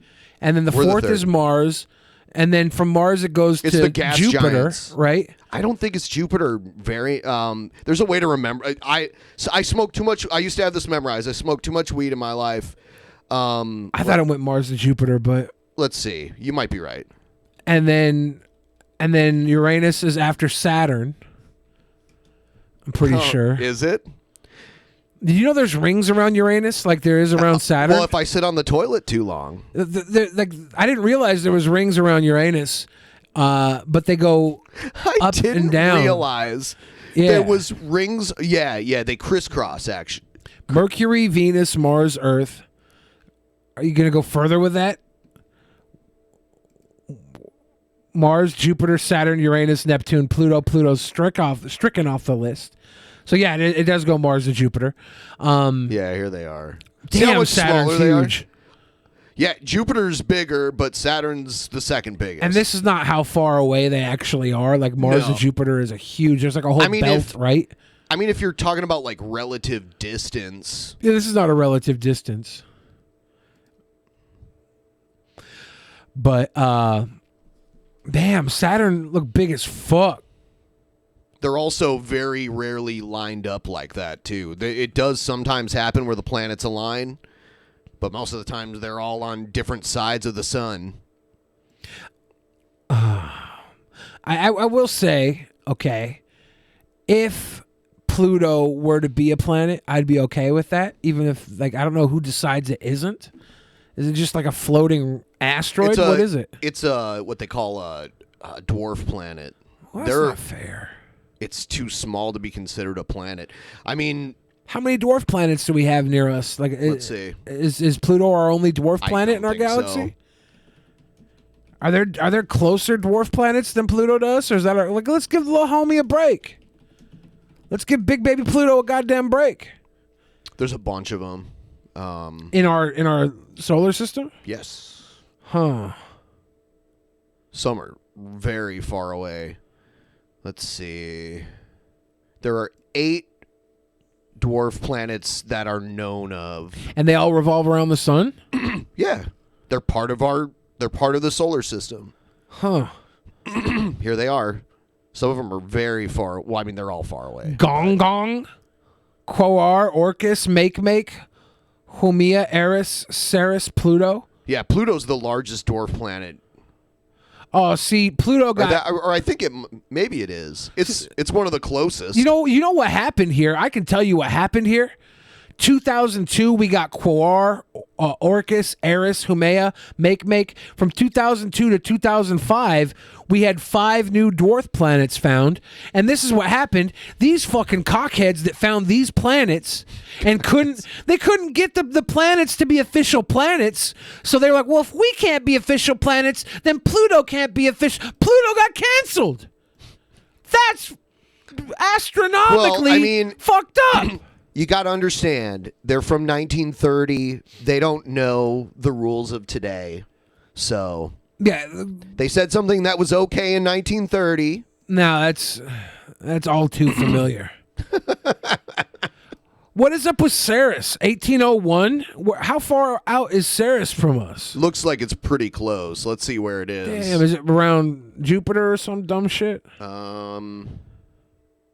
Ceres in true color in 2015.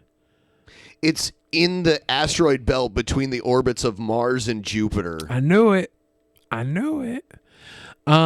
Yeah, fuck that damn Ceres getting to chill.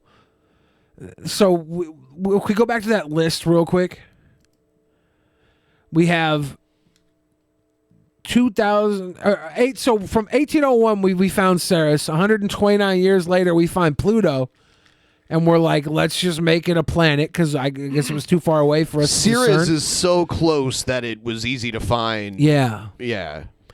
Okay, and then we find all these other little shits, and they get Pluto. Like they all dry snitched on Pluto. Like, well, if we're gonna be dwarfs too, Pluto got to be a dwarf. That's literally what happened. Pluto got decommissioned in 2006. These other planets canceled Pluto. Damn, dude. Frank Dank says Billy has a dwarf planet fetish.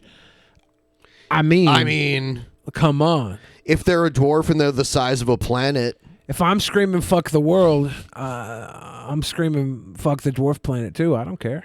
Fuck the dwarf planet. This is all very sad now to see why Pluto got declassified. It's literally... Is that the new way of saying canceled? Declassified? Yeah, or the old school way? I don't know. I'm not sure. You are now declassified. A dwarf planet is a small planetary mass object that is in direct orbit of the sun, something smaller than any of the 8 classical planets. Classical planets! I'm a classical liberal. But still a world in its own right. You are definitely not. The prototypical dwarf planet is Pluto. The interest of dwarf planets to planetary geologists is that being possibly differentiated in geologically active bodies, they may display planetary geology, an expectation borne out by the 2015 New Horizons mission to Pluto. Wow. Yeah. Wow, dude. Do some other stuff.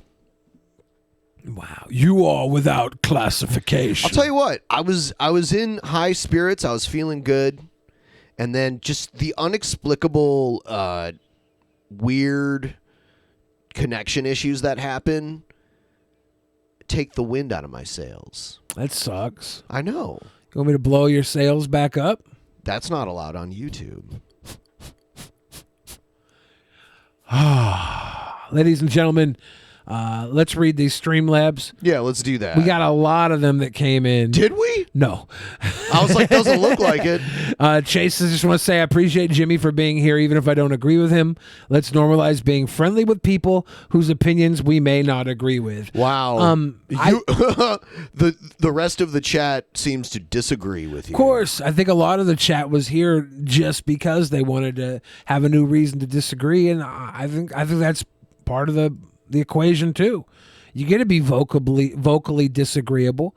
I think it's a lot better for people to be vocally disagreeable of Jimmy Dore than for us not to have Jimmy Dore platform to disagree with. I think that's what Jimmy's point was. And if I agree with Jimmy Dore on that front, I will say 100% I do. I agree with a lot of what Jimmy was saying. And then other stuff I'm not educated enough on, and other stuff I don't have a strong opinion on. Everybody was like, I hope that either Ben or Billy stands up to Jimmy Dore's shit. And I think, Ben, you might have stood up at certain points. There was nothing that I felt the need to stand up towards. I don't have to fucking fact check Jimmy Dore. I didn't want to get too deep into the... That's another problem, right? Yeah. You start talking about stuff too deep, and you open yourself up to... I saw a bunch of people in chat like, raging, like, over and over spamming all these people who want to be intellectuals, and they claim the intellectual superiority. And then all of a sudden, when it gets hot in chat, they become little spam bots. And you're like, oh, right. And there are people like talking about flagging us and stuff like that. Oh, you're intellectually superior. There are people literally spamming to flag us. Yeah. So it's like you guys are part of maybe the problem. If your opinion is not shared on the show, I'd love you to vocalize it. I don't think spamming flag, even if you do love the American flag that much, Ben loves flags. Ben's a flag enthusiast. So those of you who couldn't watch the beginning of the stream, I will re-upload. I might just put it over. Well, no, I'll re-upload it to YouTube, and I'll leave this original one up too as well. Yeah, and just link the re-upload so you guys can get it. Spec said, Jimmy, AOC's OG Green New Deal included eliminating the cleanest, safest, most reliable, most efficient, and potentially cheapest power source, nuclear.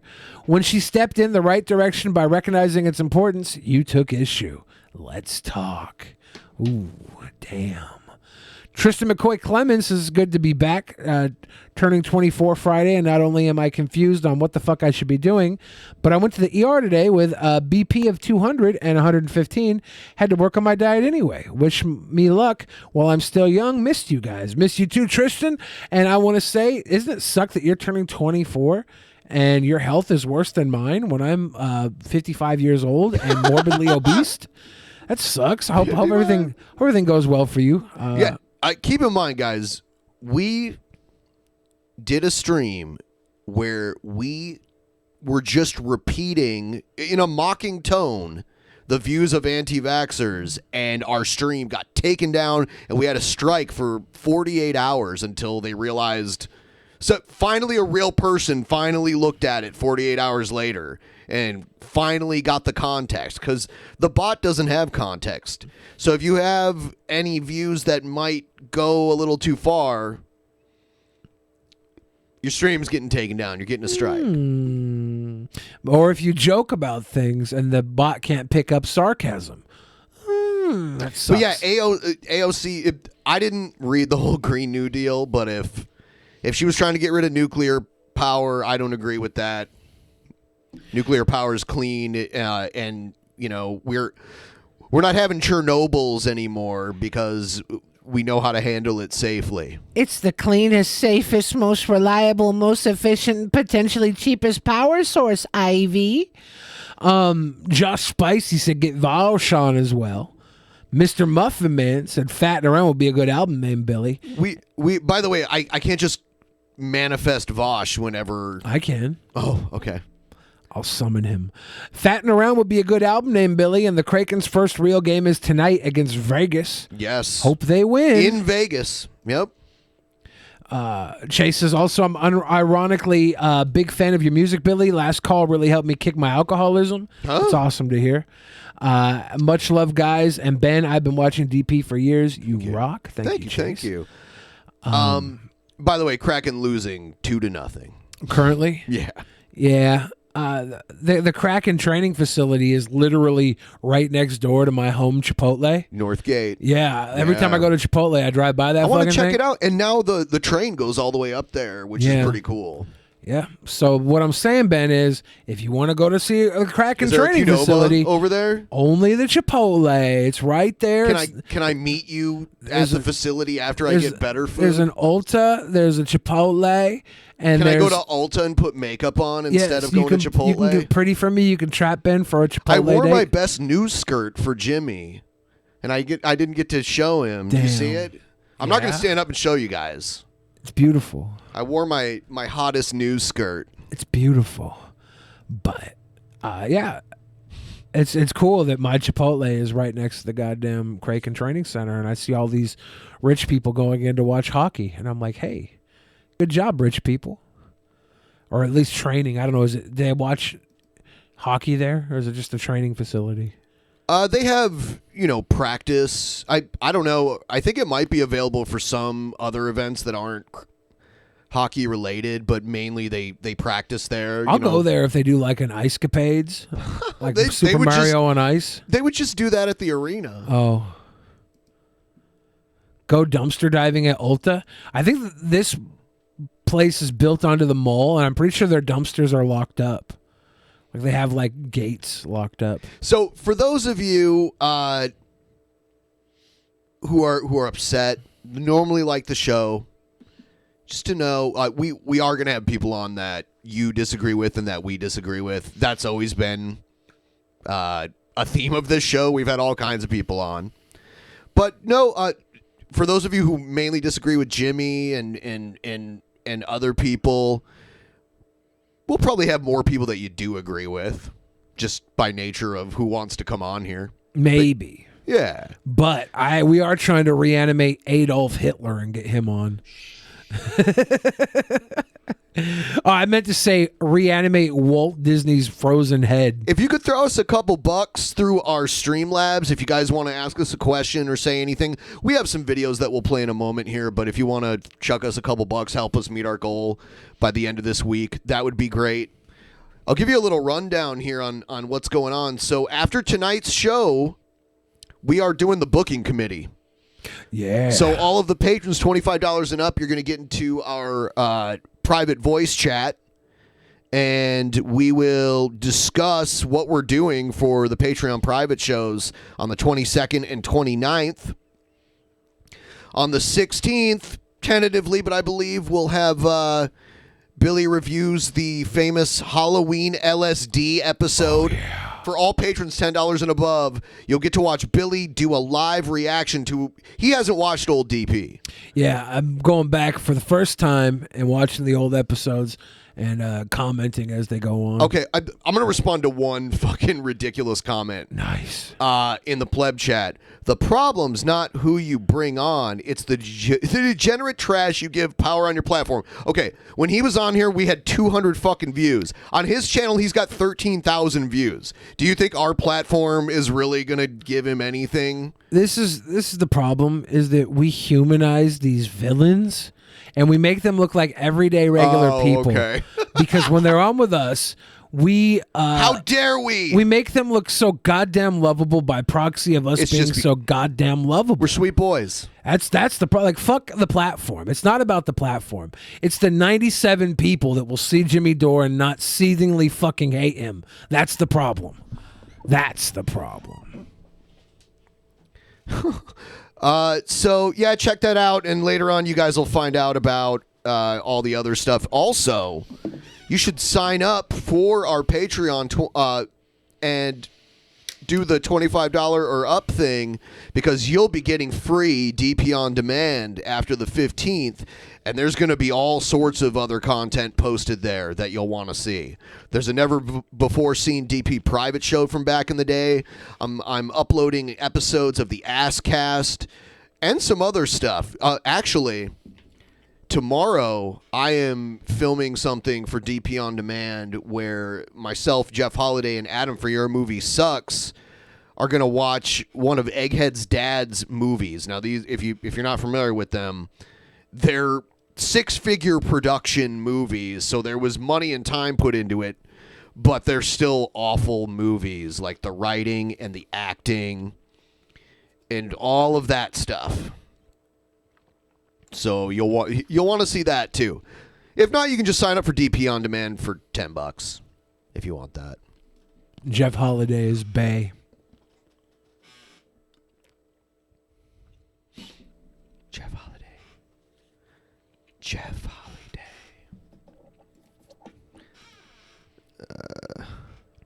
I have a big problem with Playing Egghead's Metroid Family's Dread yet? movies. Low. Have you played Metroid Dread yet? Yes. Do you like it? Yes. I just beat the second Emmy last night, and then I was like, I'm going to sleep. It's so intense. There are parts of the game where it's almost like a horror movie, where there are these evil robots. You have to go through these zones where these evil robots are in, and once they find out that you're there, they chase you. And you have to kind of, because Metroid games, you build strength and items and stuff and new abilities. So at first you can't do anything to these robots. You have to avoid them because you have to go through their room a few times, like the zone that they're in. Once you get out of the zone, they can't chase you past that. And then in the end, once you have like the special weapon to kill it, it shows it like third person where it's like coming down the hall at you and you have to like aim at it. The like view changes for that part, and you have to like aim it and shoot it, and then it dies, and then you're like, yay! It's a great game. It's a pretty fucking amazing game. Everyone who's a fan of the 2D Metroid games, you should really check it out. And then you can go back and play Super Metroid and the original. I recommend playing them in that order. The original Metroid last, because you have to really, really like the new Metroid, Super Metroid, and then to those two to move on to the original, because you're going down to 8-bit at that point. We're going to get into antagonism, and it starts right now.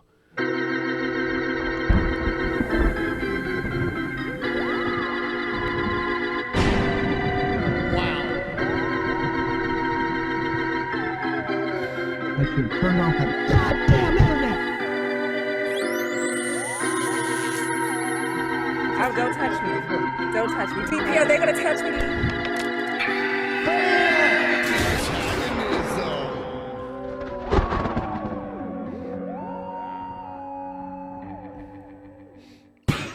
Oh, shit. And for the record, yes, I did get Jeff Holiday and Billy. They were both kicked out of the Uber because I was like, alt-right creator of Kekistan, Jeff Holiday. And they were like, get out, Nazis. Ben perpetuates cancel culture. I canceled them from an Uber. And then we watched his We Are Kekistan video on our Doesn't Hold Up thing. That was rough. Hey, it's funny. Imagine standing for something and believing in something and then looking cringy just a few years later. Reminds me a lot of myself. I hate it when people film other people in public but think they come out of it looking good when they just come out looking like pricks. I like that. This is one of those, in my opinion. Grab the water, too. Thank you. Hey, can I ask you something, by the way? No, it's just that every time I come here, like, at the late night hour, I don't know why, you're, like, very, like, it's not even me, because I know it's not just me. Chances are, by the way, he's either one of two or maybe even working by himself here. Like, I'm sure you're, like, this way with everyone. You just, like, are very impatient. Like, if like, you don't want this job, you don't have to be here. Like, Well, part of the... I mean, people in fast food they're told to rush you because they get time. Oh, yeah. Drive-thrus have a timer, and you're expected to keep the time, the average time, Yeah, they get in below trouble. a certain number. So it's not him, it's McDonald's. By design. Right. This guy's got to rush through this. Yes. And like when I worked at Wendy's, my manager was held accountable for the average fast food or the average drive-thru timer, that they got. So it went all the way up the chain. If you want to smile, if you want quality service, then pay more money. Then make the best of this situation and go eat at Chipotle.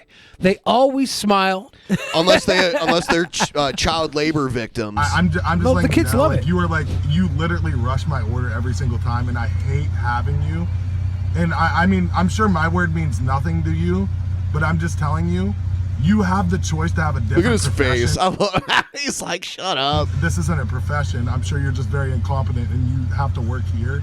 Wow, But what a I'm prick. not being He's getting spit in his next food. Yeah. ignorant either. It's just like I'm not I come being here to ignorant get food. either. You are. Who cares? Like if I've been drinking or doing whatever. Like I come here to Lake. A drive-through. Who cares if I've been drinking as he's going through a drive-through? Did he just admit to drinking and driving? That's the story. I'd be on the phone like, hey, officers, this guy just came through my drive-thru and admitted to drinking and driving. Here's his license plate number that I got while he was driving away. I hope this guy's just like, thank you, so have a good night, and then just shuts the window. Hour, I get food. Every time I have you, I fucking hate it. It makes me sick. I'm so sorry about that. No, I'm sure you're very sorry about it. I'm sure you're very sorry about it. I'm so sorry about that. I know you're recording me, every so time I come here. you're not going to get my honest reaction. I'm sure you're not actually sorry, and you're just saying that because of whatever's happening. Or you're being recorded. My guy. So. Thanks for making everyone behind you wait for their food. I know. Prick. Here's a guy complaining to landscapers about the noise of their leaf blowers. What? No. Hey, man, I don't get why you guys are being so aggressive about this. I've asked you to stop using that. They're not allowed. They're not allowed? You're making my life difficult. Everybody that lives on this block, we can't have our windows open.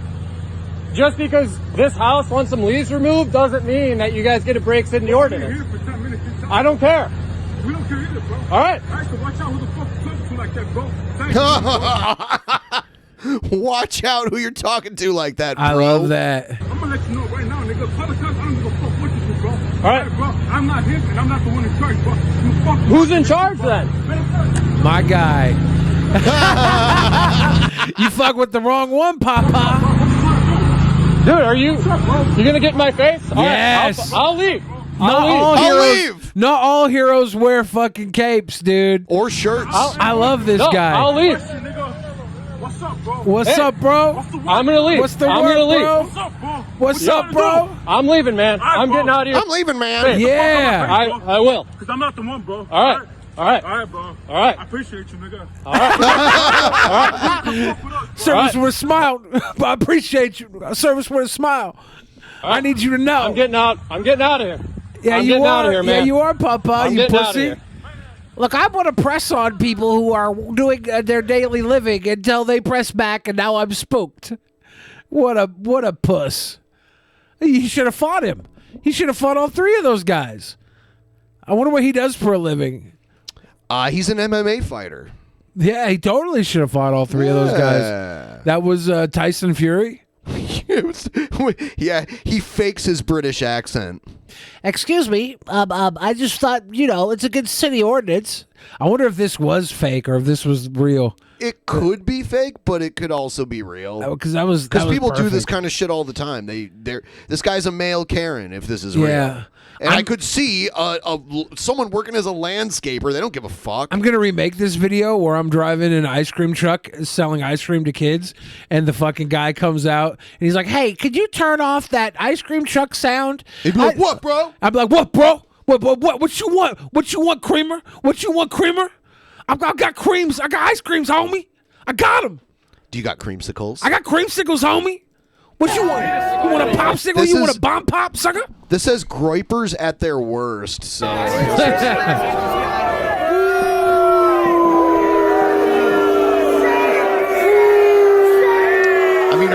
really surprised. I don't know if this is at their worst.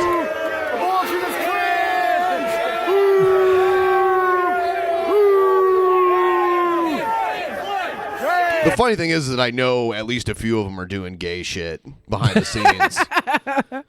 You know? Yeah, but that's the thing. Groypers want it to be classical gays, where they hide it. Like you know, it's like Clark Kent versus Superman. They want to be Clark Kent every day, and then at night they put on their cape and they butt fuck each other. That's what they want. Groyper sounds like a weird kind of pervy thing, Yes. honestly. When I first heard it, I'm like, oh, is that some kind of weird right-wing fetish?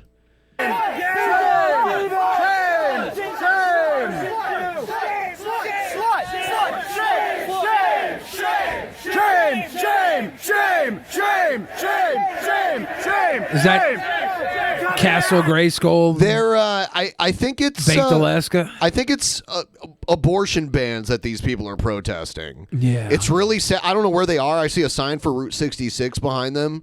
Arizona, probably. Well, the bans were in Texas, but I don't know. It goes through all of that area. It goes through New Mexico. I think it starts in Chicago and ends in L.A. I'm pretty sure Baked Alaska's there, right? He might be. I think he's right there. It's off the really camera. sad how many of them there are compared to all the groypers.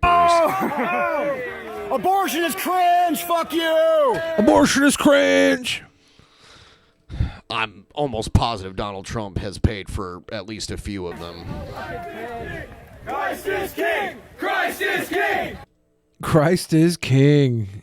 Get him, guys. What a weird thing to chant. Christ is king. Christ is king. It's great when I'm looking at 4 gay clowns and I'm 100% identifying with them over the group of 100 pricks that have MAGA but now graduated to their America First hats because Trump isn't cool anymore. Good times. Make America great again. Christ is cringe. Christ is cringe. Did you hear Christ that? is cringe. Yeah, they're great. Fantastic. Make America great again. Again. Make America. That's his new slogan. Did you know that? Yeah, make America gape again. Gape again. I like that. That's what they should have named Uranus. Deep Gape 9. Christ is king. Christ is king. Christ is king. Christ is king. Christ is king. Christ is king. Fuck you. Oh, look, CWC.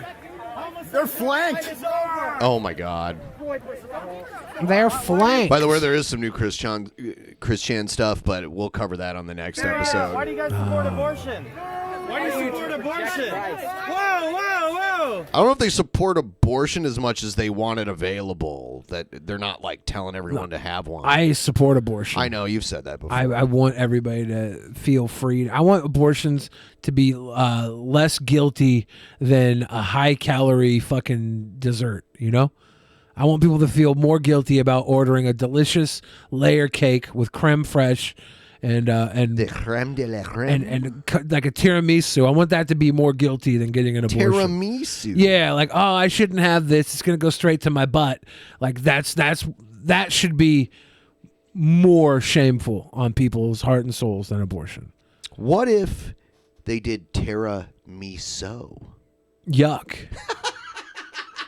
I had biramisu. Coffee cake miso. I had biramisu once. It was a tiramisu made with a porter, like a dark chocolate porter.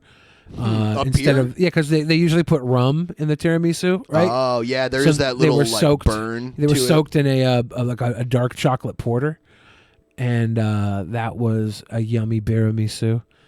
It was tasty. It was tasty. Bear pea soup. Beer pea, Ben. I don't think anybody would have beer pea soup. Bear pea soup. Bear pea soup. Nobody wants to drink bear Why not? piss. Well, I guess there's probably some people watching right now that are going to take a face full of fucking bear piss. You guys are sick. You guys are all sick. Bear pea soup. Is this over yet? Oh no. Christ is Kang.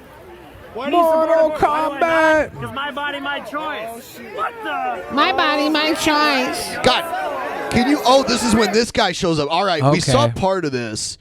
Can Baked Alaska have a less masculine voice? I mean, I'm sure he could. He could, yeah. But he is.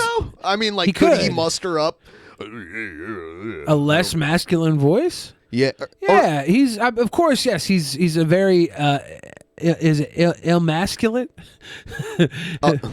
It's not emasculate, but he's definitely has a bitch my body, my choice, right? He has a bitch made demeanor, 100%. Yes. And his followers look up to him because they are mecha bitch made.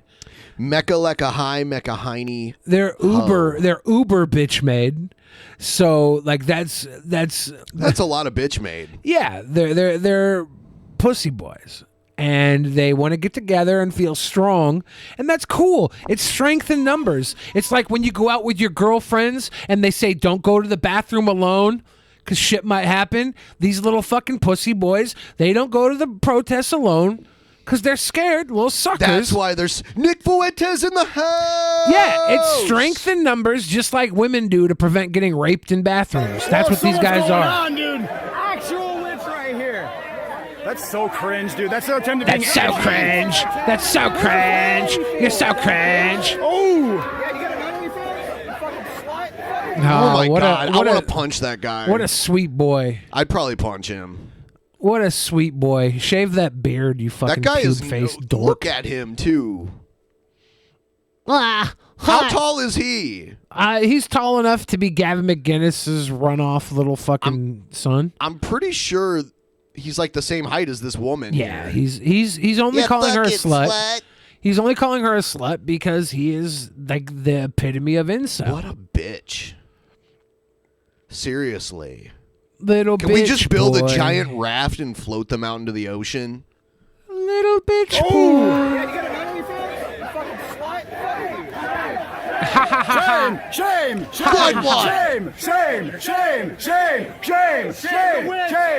Society told us it wasn't okay to be men. So we became the type of men it's not okay to be. You fucking pussies. You jokes. Success! We ran off the one girl Very with a cape successful. on. Success! People who talk about punching people are cringe. Okay, I'm cringe. I'll punch you too, Ed Crikey. Whoa, that's not I'll true. punch you. Crikey. I'll punch you in Minecraft. Cringe. I know you play. I think that's cringe. That's so cringe. Grow a pair, pussy. Here's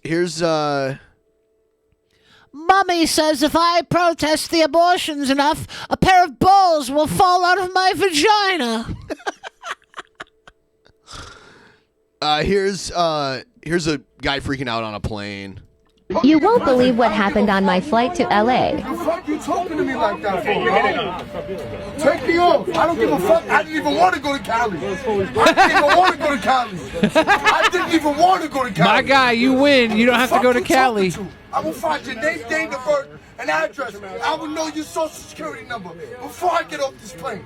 Oh, he's spitting everywhere. He took off his mask and now he's fucking just like spitting into the air. Something tells me he won't find this guy's name, social security before he gets off the plane. Oh, he's not staying on the plane very much longer. Something tells me this guy doesn't know how to find his way off of the plane without assistance. Let's see if he gets assistance to find his way off of the plane. See me on the phone with.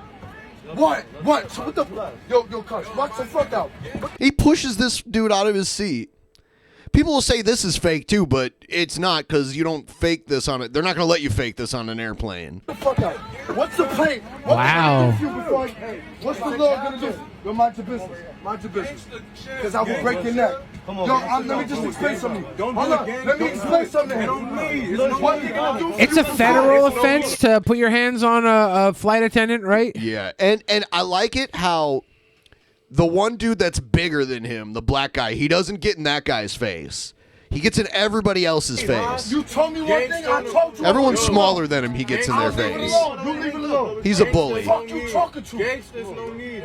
Yo, we about to go. This shit is 2 hours. Yeah, respect. Respect. I'm trying to leave, bro.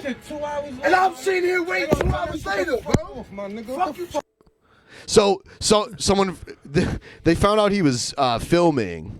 Fuck you talking There's a little more in this one too. An address. I would know It doesn't go that Social Security long number. because the guy filming gets attacked basically. Before I get off this plane, buck the fuck out. Plane, what's the law gonna do? Because I will break your neck. Fuck you talking to. There's no need. And I'm sitting here waiting. Fuck you talking. Say something. Gonna delete it. Say something. Don't say nothing. I see New York hats. I see a Mets hat and a Yankees hat.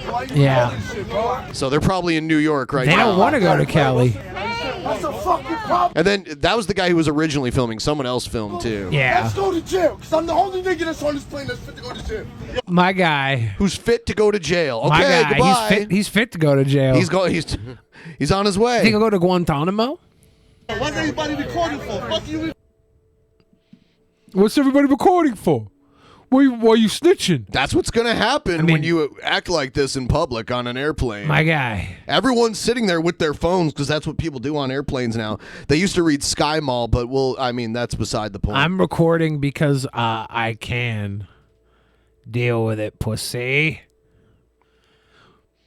He wanted to go to jail. He didn't want to go to Cali. Going to Cali is worse than going to jail. Dude, I've been to Cali. I haven't been to jail. I don't know. Maybe you don't he's know right. what you're missing. Maybe he's right. Maybe jail. I have heard good things about blowjobs in jail.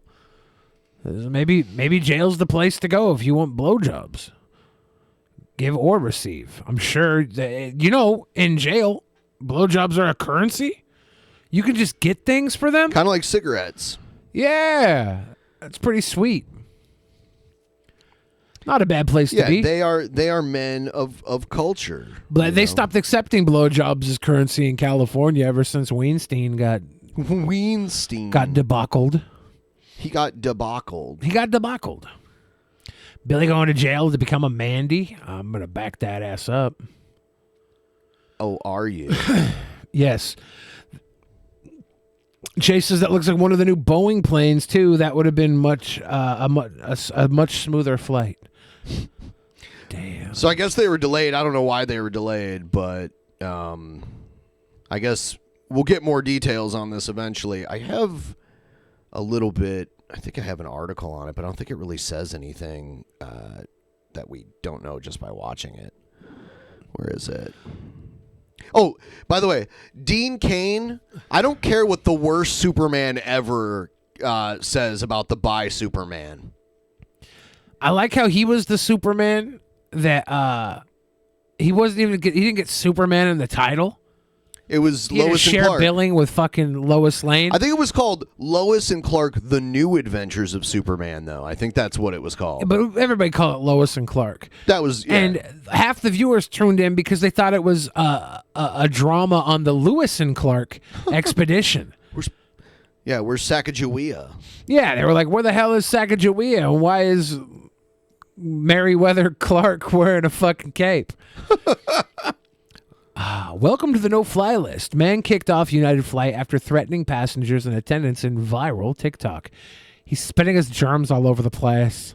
Yeah, it's really weird. I don't think they say anything, though, that we don't. In a follow-up video, Clark shows what happened after his phone was knocked away.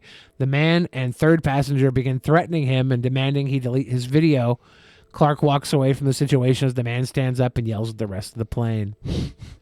Why is everyone recording? There's going to be more recordings of it eventually, I'm sure. I really enjoyed live streaming and recording everything, even when people didn't want to be recorded. But I don't know if that guy was built like me, because I would have been in both those guys' faces. It would have been a hustle scuffle. What is this? Is that colon cancer? No, it's mushrooms Oh. that they think might cure cancer. This is from the Oxford website, Oxford University. A new industry academic partnership between the University of Oxford and biopharmaceutical company Nucana has found that chemotherapy drug NUC 7738 derived from a Himalayan fungus has 40 times greater potency for killing cancer cells than its parent compound. Wow. The naturally occurring nucleoside analog known as cordyceps is found in the Himalayan fungus Cordyceps sinensis and has been used in traditional Chinese medicine for hundreds of years to treat cancers and other inflammatory diseases. However, it breaks down quickly in the bloodstream, so a minimal amount of cancer-destroying drug is delivered to the tumor. In order to improve its potency and clinically assess its applications as a cancer drug, biopharmaceutical company Nucana has developed cordycepin into the clinical therapy using their novel PROTIDE technology to create a chemotherapy drug with dramatically improved efficacy. If it also made you hallucinate, it would be if it actually did in fact cure cancer and made you trip, it'd be the greatest drug in the history of the world. Have they legalized mushrooms here in Seattle now? It's not a criminal offense. I think there was a new law that came in recently. I know they decriminalized it a while ago, but I think mushrooms might be completely legal in Washington. Well, then they'd start selling them. Yeah, I think that's the plan. I think it came out recently. You might be right, actually. Yes. I've heard like within the last week that they're gonna start giving us mushroom parties. It might just be full decriminalization. Seattle's mushrooms, magic and otherwise, have arrived. This was October 5th, a week ago. As far as seasonal offerings go, mushrooms have a moment. Seattle made national headlines when the city council voted to decriminalize mushrooms and other psychedelics for non-commercial uses on Monday, October 4th. Okay, so non-commercial uses. With what that technically means is city police will consider it one of their lowest priorities to arrest or prosecute anyone with psilocybin mushrooms, LSD, or other psychedelics. The move groups Seattle with an increasing list of cities that have relaxed their policies on psychedelics like Denver, Ann Arbor, and the entire state of Oregon. Oregon. That's what we call. There's a town outside of Toledo called Oregon, Ohio. It's spelled the same way. That's magic funny. mushrooms are probably not going to pop up on restaurant menus anytime soon. They're not going to be sold at restaurants anyway. It'll be like weed stores. In the Netherlands, they have what they call smart shops, and it's shrooms and peyote and all that kind of like organic drugs or organic hallucinogens. But the Pacific Northwest is a treasure trove of delectable wild mushrooms like hedgehogs, lobsters, porcinis, chanterelles. Chanterelles in particular, with their buttery, slightly peppery flavor, lend their own magic to Seattle restaurant seasonal menus like Cafe Flora's Forage or Scramble. Expect to find farmers markets teeming with local mushrooms, or lace up your hiking boots and forage your own. But don't forget to download an identifying app. So this is about... I wouldn't trust an app. I would. These chanterelles aren't going to make you high, though. No. No, but if you're going to eat a mushroom, I wouldn't trust an app if you're not like trained to forage for mushrooms. I wouldn't trust it. It's not that hard to forage, though, right? There's a lot of books you can find, and you can pretty much... They're It's best to like have someone teach you. You can become a forager here in the Northwest fairly easily. Yeah, they're everywhere. Yeah. They're literally everywhere. Get yourself some blue ringers. Don't use apps. I learned from books. Sticky, don't be an asshole. You know what I'm going to do? How's that make her an asshole? She's an asshole, dude. I'm going to go and get an IRL camera, go into the woods, and just let chat tell me which mushrooms I should eat. You're going to die. You're going to die, honky. That would be great. Aside from Zoomer capsules, I take mushroom blend from a dropper. It's a combo of beneficial mushroom. Nobody knows what the hell that means. DJ Cryptos Rock. I got to go in person, but I can find them for you, Beely. You got to go in person. Beely. I can figure out how to get the right mushrooms. I'm not a complete idiot. My biggest problem would be actually going outside. Oh, I wish I were a fish. I'd go swimming with all the women. If I were a fish, I'd go swimming. I wrote that song for you guys. It's about being a fish, because we also have fish here in the Northwest. Squirrels will hoard mushrooms and store them up in trees, letting them dry up. Yeah, I should try and find them squirrel hoarding trees and steal their stash. It's not bad. Foraged by squirrels. Shroom kits from Seattle seem like a safe way. Study a bit. Yeah, I got a bunch of friends who are foragers. If I wanted to get into the shroomin' world, I could, but I don't. I live a very comfortable, nice life, sitting around eating Chipotle and talking about butts. It's a good world we live in. A crazy world in which we live in. Squirrels trade sex for mushrooms. I love how Jimmy Dore left the show and we haven't had a fucking problem since. What the hell? What the hell, guys? I think we know what's going on here. It's the government shutdown of free speech. Girls trade sex for mushrooms. We all knew that, DJ Cryptos Rock. Oh, squirrels trade sex for mushrooms. That's much more interesting. Shrooms are Chase's favorite kind of high. Never actually gotten good high. I read something yesterday that said, if you've tried Coke and you thought, what's all the fuss about? That you should be on ADD medicine. And the only time I ever tried Coke, I didn't really think there was anything good going on with it.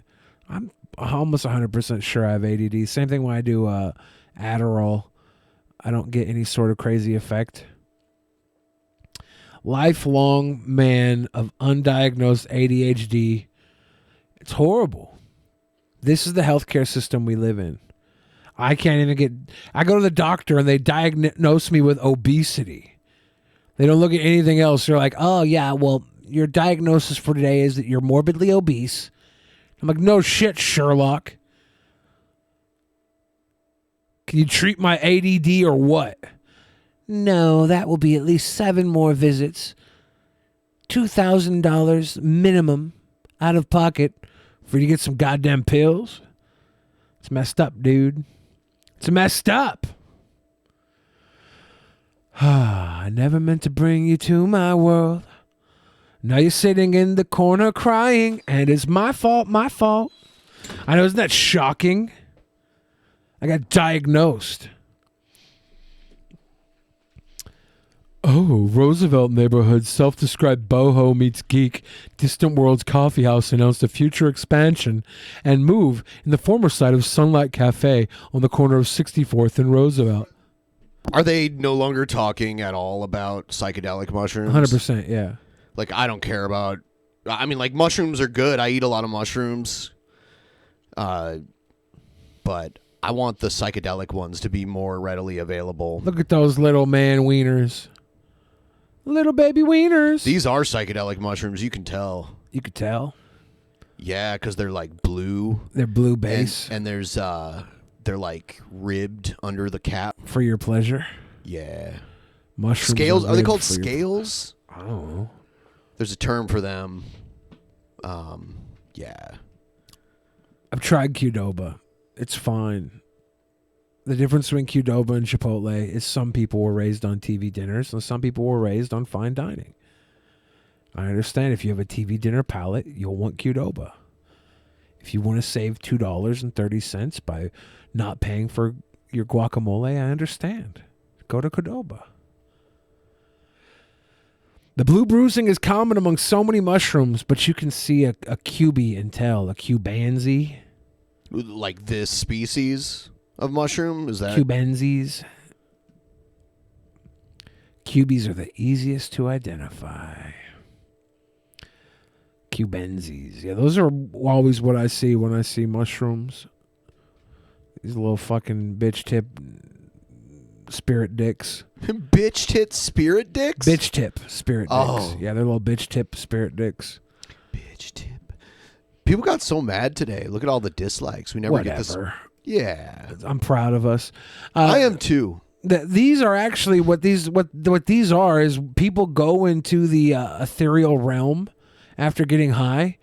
And I like that. They slice the dicks off the clockwork elves and bring them back. And that's what a Cubensi is. That's what a Cubensi. It's a fucking clockwork elf dick that was severed off. A clockwork elf dick. It's true. They're little cockwork cocks. Cockwork elves. Little cockwork clocks. That's very interesting, though. I had no idea. I wasn't aware that was going on. Fuck, man. So we're going to chill, and if you guys want to send in any Streamlabs, we appreciate it, and we'll respond. Did we get any since the last time we read them? No. Okay. Damn. No. Damn. But. Also, tomorrow I am updating the ending credits on everything, so you'll probably want to get your pledges in if you haven't already, just to make sure that you're in by then. Yeah. Yeah, baby. So before tomorrow, get your pledge in if you're $15 or more to make sure your name is in the ending credits. $50 for the opening credits. The Cockwork Elves.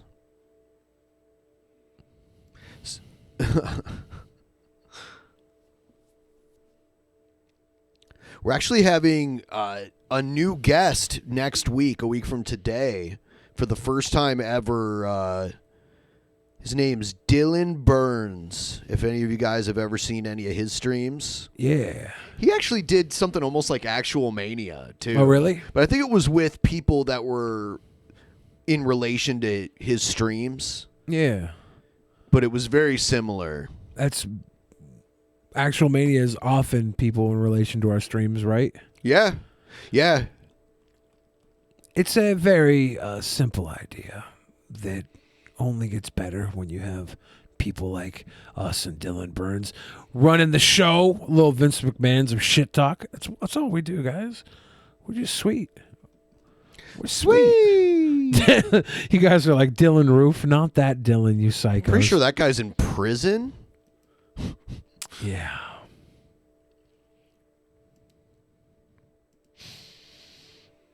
Oh, yeah. Pretty sure that guy's in prison. Who else do we got coming up? We've got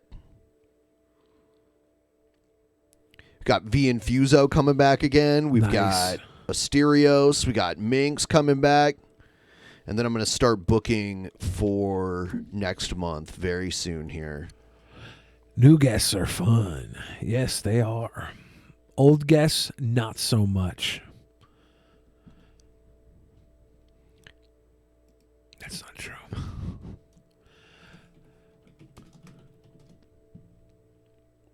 Someone said Dylan Roof is in prison for what? I believe a mass shooting. You had me like you had me questioning, like, is Dylan Roof who I think he is? And I looked it up. I'm like, yeah, that's who I thought it was. He's the inventor of the phrase "raise the roof." Oh my God.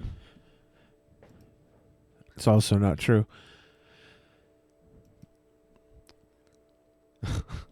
Dylan Filster says, I'm satisfied with the amount of Dylans around DP.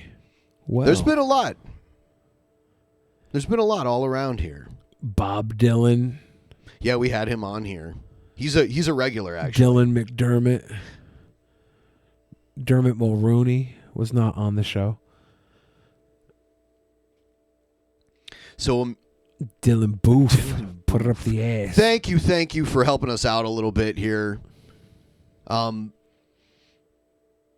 the comments, anyone who watches this, after we wrap up the stream, you can leave it really quick, or you can, if you're watching the VOD later, thank you, Fixel. Let us know what you'd be interested in seeing from us on Patreon, whether it be content or merch, or any other perks that other people do that we're not doing. Let us know anything that might sway you to get you to sign up for at least $5 a month. Because we'd like to rebuild the Patreon. A lot of people, their unemployment ran out. They haven't necessarily gone back to work yet, and that's affecting a lot of stuff. So we value your input. We are not showing Bennis. But, maybe we'll get bodysuits with fake Bennis's on them, and we can wear those. Maybe we'll show our real penises and tell you that it was CGI'd, so you'll think that there are fake ones. Yes. Because I will tell you this, my real penis looks like it's computer generated. It doesn't look like it exists in the realm of physics. Oh, God. It's got like pixels. It's strange. Yeah, you know what? That's at least one thing that the people who aren't a fan of Jimmy Dore can agree with him. They should have kept the unemployment going. See, we have a common ground somewhere. I disagree with Jimmy Dore. I think the healthcare system is perfectly fine. Yeah, they should have ended unemployment. Because COVID's basically over, right, guys? Right, guys? Right, guys? I kind of feel like there shouldn't be unemployment, but everyone should just get a UBI or something of that comparison. And then you won't need to worry about unemployment. People wouldn't get unemployment. They would get a UBI if they're working or not, and it would be the same. I think the UBI... It would adjust with inflation, too. It would have to. The UBI conversation that Andrew Yang was having was that the UBI would... you would only get the UBI if you weren't getting like higher benefits elsewhere. What would the higher benefits be, though? Like SSI or unemployment. If it was higher, then you wouldn't get the UBI. I think people should be able to opt out of it, too. Like, Jeff Bezos should be able to opt out of it. But why would he? I mean... It's an extra $12,000 a month if you got or $12,000 a year if you got Andrew Yang's plan. That's nothing to him. Of course. Well, $1 million is nothing to Jeff Bezos. That's like the 1% interest you get on a savings account from a bank to him. Yeah. You know? You have $1 million 1,000 times, and that's $1 billion. And he's got $200 billion, right? So 1,000 times $1 million. He's a millionaire 200,000 times over. That's nutty, buddy. That's nutty. Nutty buddy. Oh, yeah. I think we had a worldwide vote that, I think, is it globally that billionaires have to pay at least 15% taxes? Was that something I saw recently? I have no idea. Yeah, I don't know either. I'm sure that was probably just... Anyone who lives in Monaco doesn't have to pay income tax, and they have some of the highest priced real estate in the world. Billionaires will buy studio apartments there just to have the address. Yeah. And they have a huge... In Monaco, they have a huge bay where there's all these yachts parked in, like mansion-sized boats that billionaires live on to get the address. Like, it's parked there, so they get that too. It's unbelievable. Yeah, we're going to drive all our businesses to North Korea if we're not careful. That's not happening. God damn it. Never declarate. Mike says, I don't agree with Jimmy, but the dude's a polite guest. Yeah, he's polite. I think he's funny. I like talking with Jimmy. I like his perspective on a lot of things, and I don't need his perspective on COVID. Yeah. I don't need it. But I'm not going to throw out the rest of Jimmy because I don't need that. And sometimes, I listen to Jimmy because he has interesting facts that I want to go check up on my own. I wanted if him. They're true. I wanted him for his take as a professional comedian on the Dave Chappelle thing. First and foremost, because he's the only person that I know that's a comedian at his level. Like, I wanted him because I like him. He's had he's had comedy specials on cable TV and stuff, and yeah, we should have Jimmy Dore versus King Cobra debate. That'd be a really smart debate for the masses. For the masses. The Young Turks Jimmy was peak Jimmy. Don't you remember me being like, maybe, I don't know, maybe you haven't watched the show back in the day, but back in the day, we did a pay-per-view show, me and the guys who used to host DP with me. We did a private episode that, it was like a pay-per-view episode that you had to pay for, and we watched the Young Turks for like 4 hours and ripped them to shreds. And I got super trashed. I know that's out of character for me. And I challenged Jimmy Dore to a fight, a no holds barred mano a mano. Of course, on the private show where he'd never hear it. No, I think I brought that up to him before. I think I've mentioned that to him before. Well, you know what he did? He accused us of being people who lived in our mom's basement. Well, the world is your mom's basement. In communist land. You communists.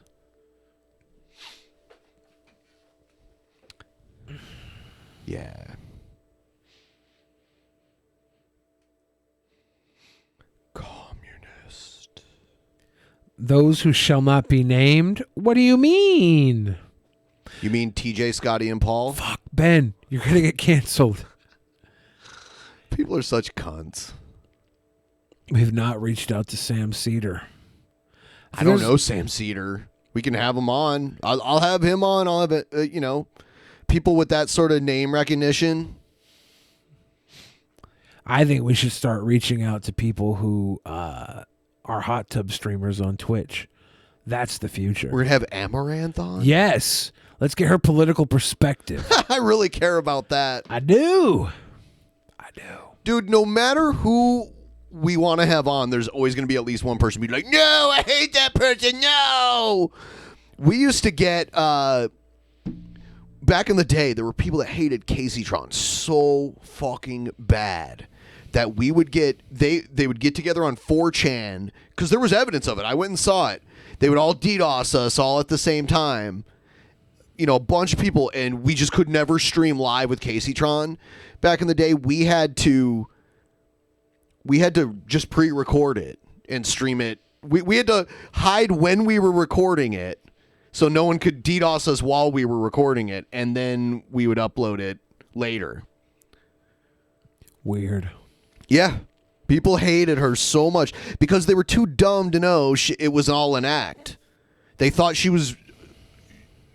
I mean, there is a crossover. There's a little crossover between the Caseytron character and the real person.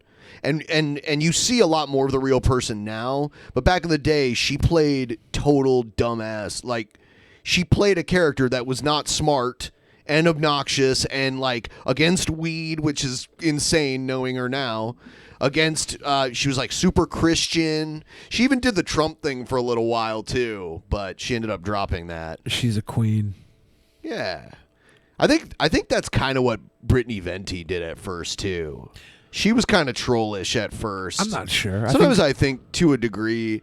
She was doing this thing where she was talking about how good she was at shooting guns, and she uploaded a clip of her with a shot. She's like, I love shotguns. She shot a shotgun, and she's like, ow! Did she upload that, or did she retweet somebody else who cut it together? I think it was part of one of the videos on her channel. That's funny. She may have re-uploaded it, but it was funny. She's the counter e-girl, right? That's what Caseytron was originally. Yeah. That's good. I'm not saying they're exactly the same, but it was kind of this. They had gimmicks at the beginning that have kind of changed, and now you see like more of who they really are.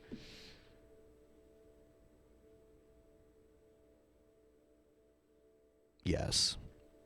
So everyone keep in mind, if you're a $25 plus patron, in about 5 minutes here, we're going to meet you all in the Discord. And we're going to go over the content that, the private show content that we're going to see for the remainder of this month. We kind of had a staggered schedule these past few months. But we're going back to the normal schedule starting next month. So we'll be having the booking committee the first week of each month instead of later on in the month like we're doing now. Kind of just throwing it together. We're going to show people our butts. Because we need to find out, what the one private show is that's kind of whatever each month, like what the theme of that is.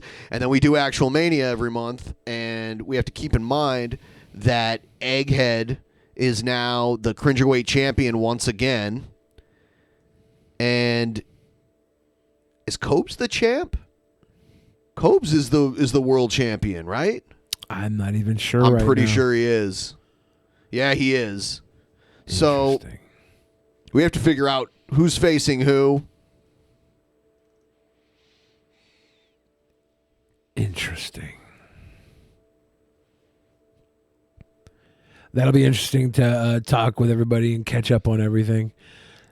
See where we go with this next actual Mania.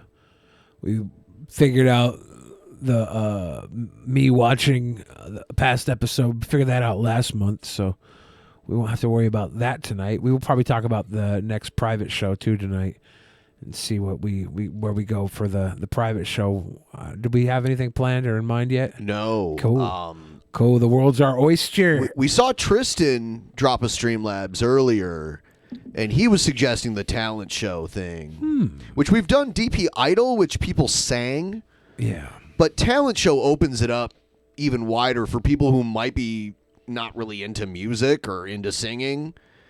So they could do something else like juggling or, I don't know, surprise us with I'm kind of leaning towards that since it was an idea that we had that we haven't tried before. We're trying to do new stuff. Honestly, the Patreon, we were selling the figures last year, and that was hot. We're not doing the figures anymore. I'm trying to do some other stuff. So if there's any ideas out there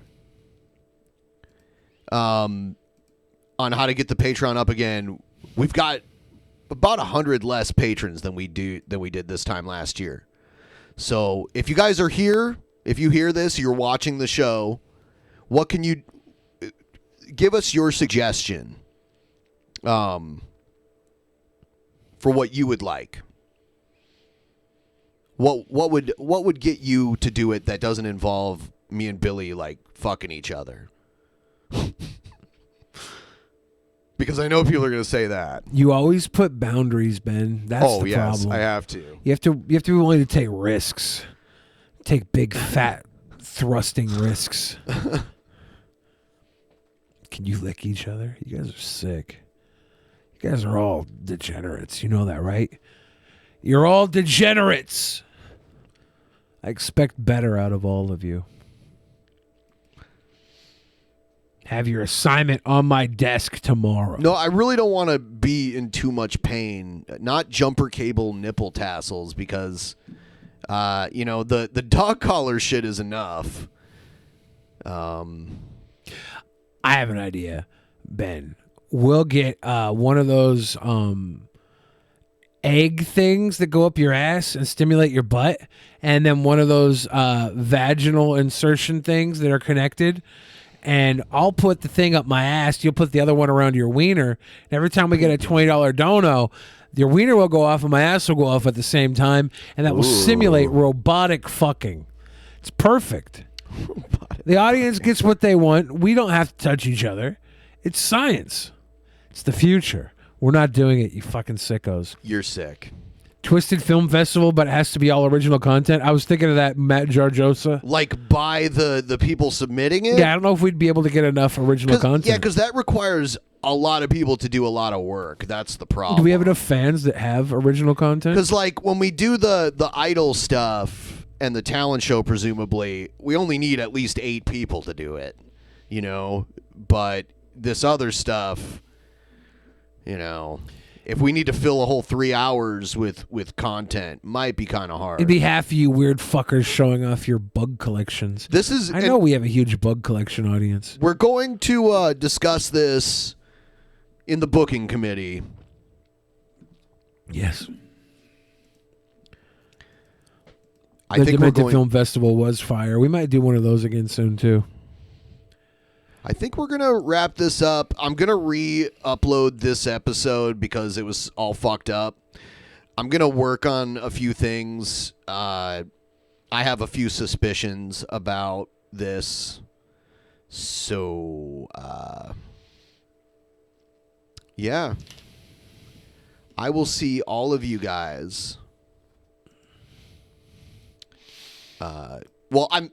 Tune in for Tap tomorrow. If you guys have never watched my show, The Altered Perspective, it's on my other channel. There's a link in the description. It's the BENPAI channel. And Oh my God, I gotta stop reading that chat. Yes. I'm doing a stream there tomorrow if you want to come out and support, and then we'll see the rest of you on Thursday. And let me change. I forgot to change the fucking transition again. It's running faster this time though. All right, booking committee, all $25 plus patrons. We're gonna go there. See the rest of you again another time. Good night. Good night. In the beginning, there was nothing. And then there was the Drunken Peasants Podcast. Drunken Peasants. Drunken Peasants. Drunken Peasants. Drunken Peasants. From the strangest corners of the internet, gonna get TP'd by Billy and Ben. You know where you can find them at. Get ready, cause they're gonna kick your... Drunken Peasants. Drunken Peasants. Drunken Peasants. Drunken Peasants.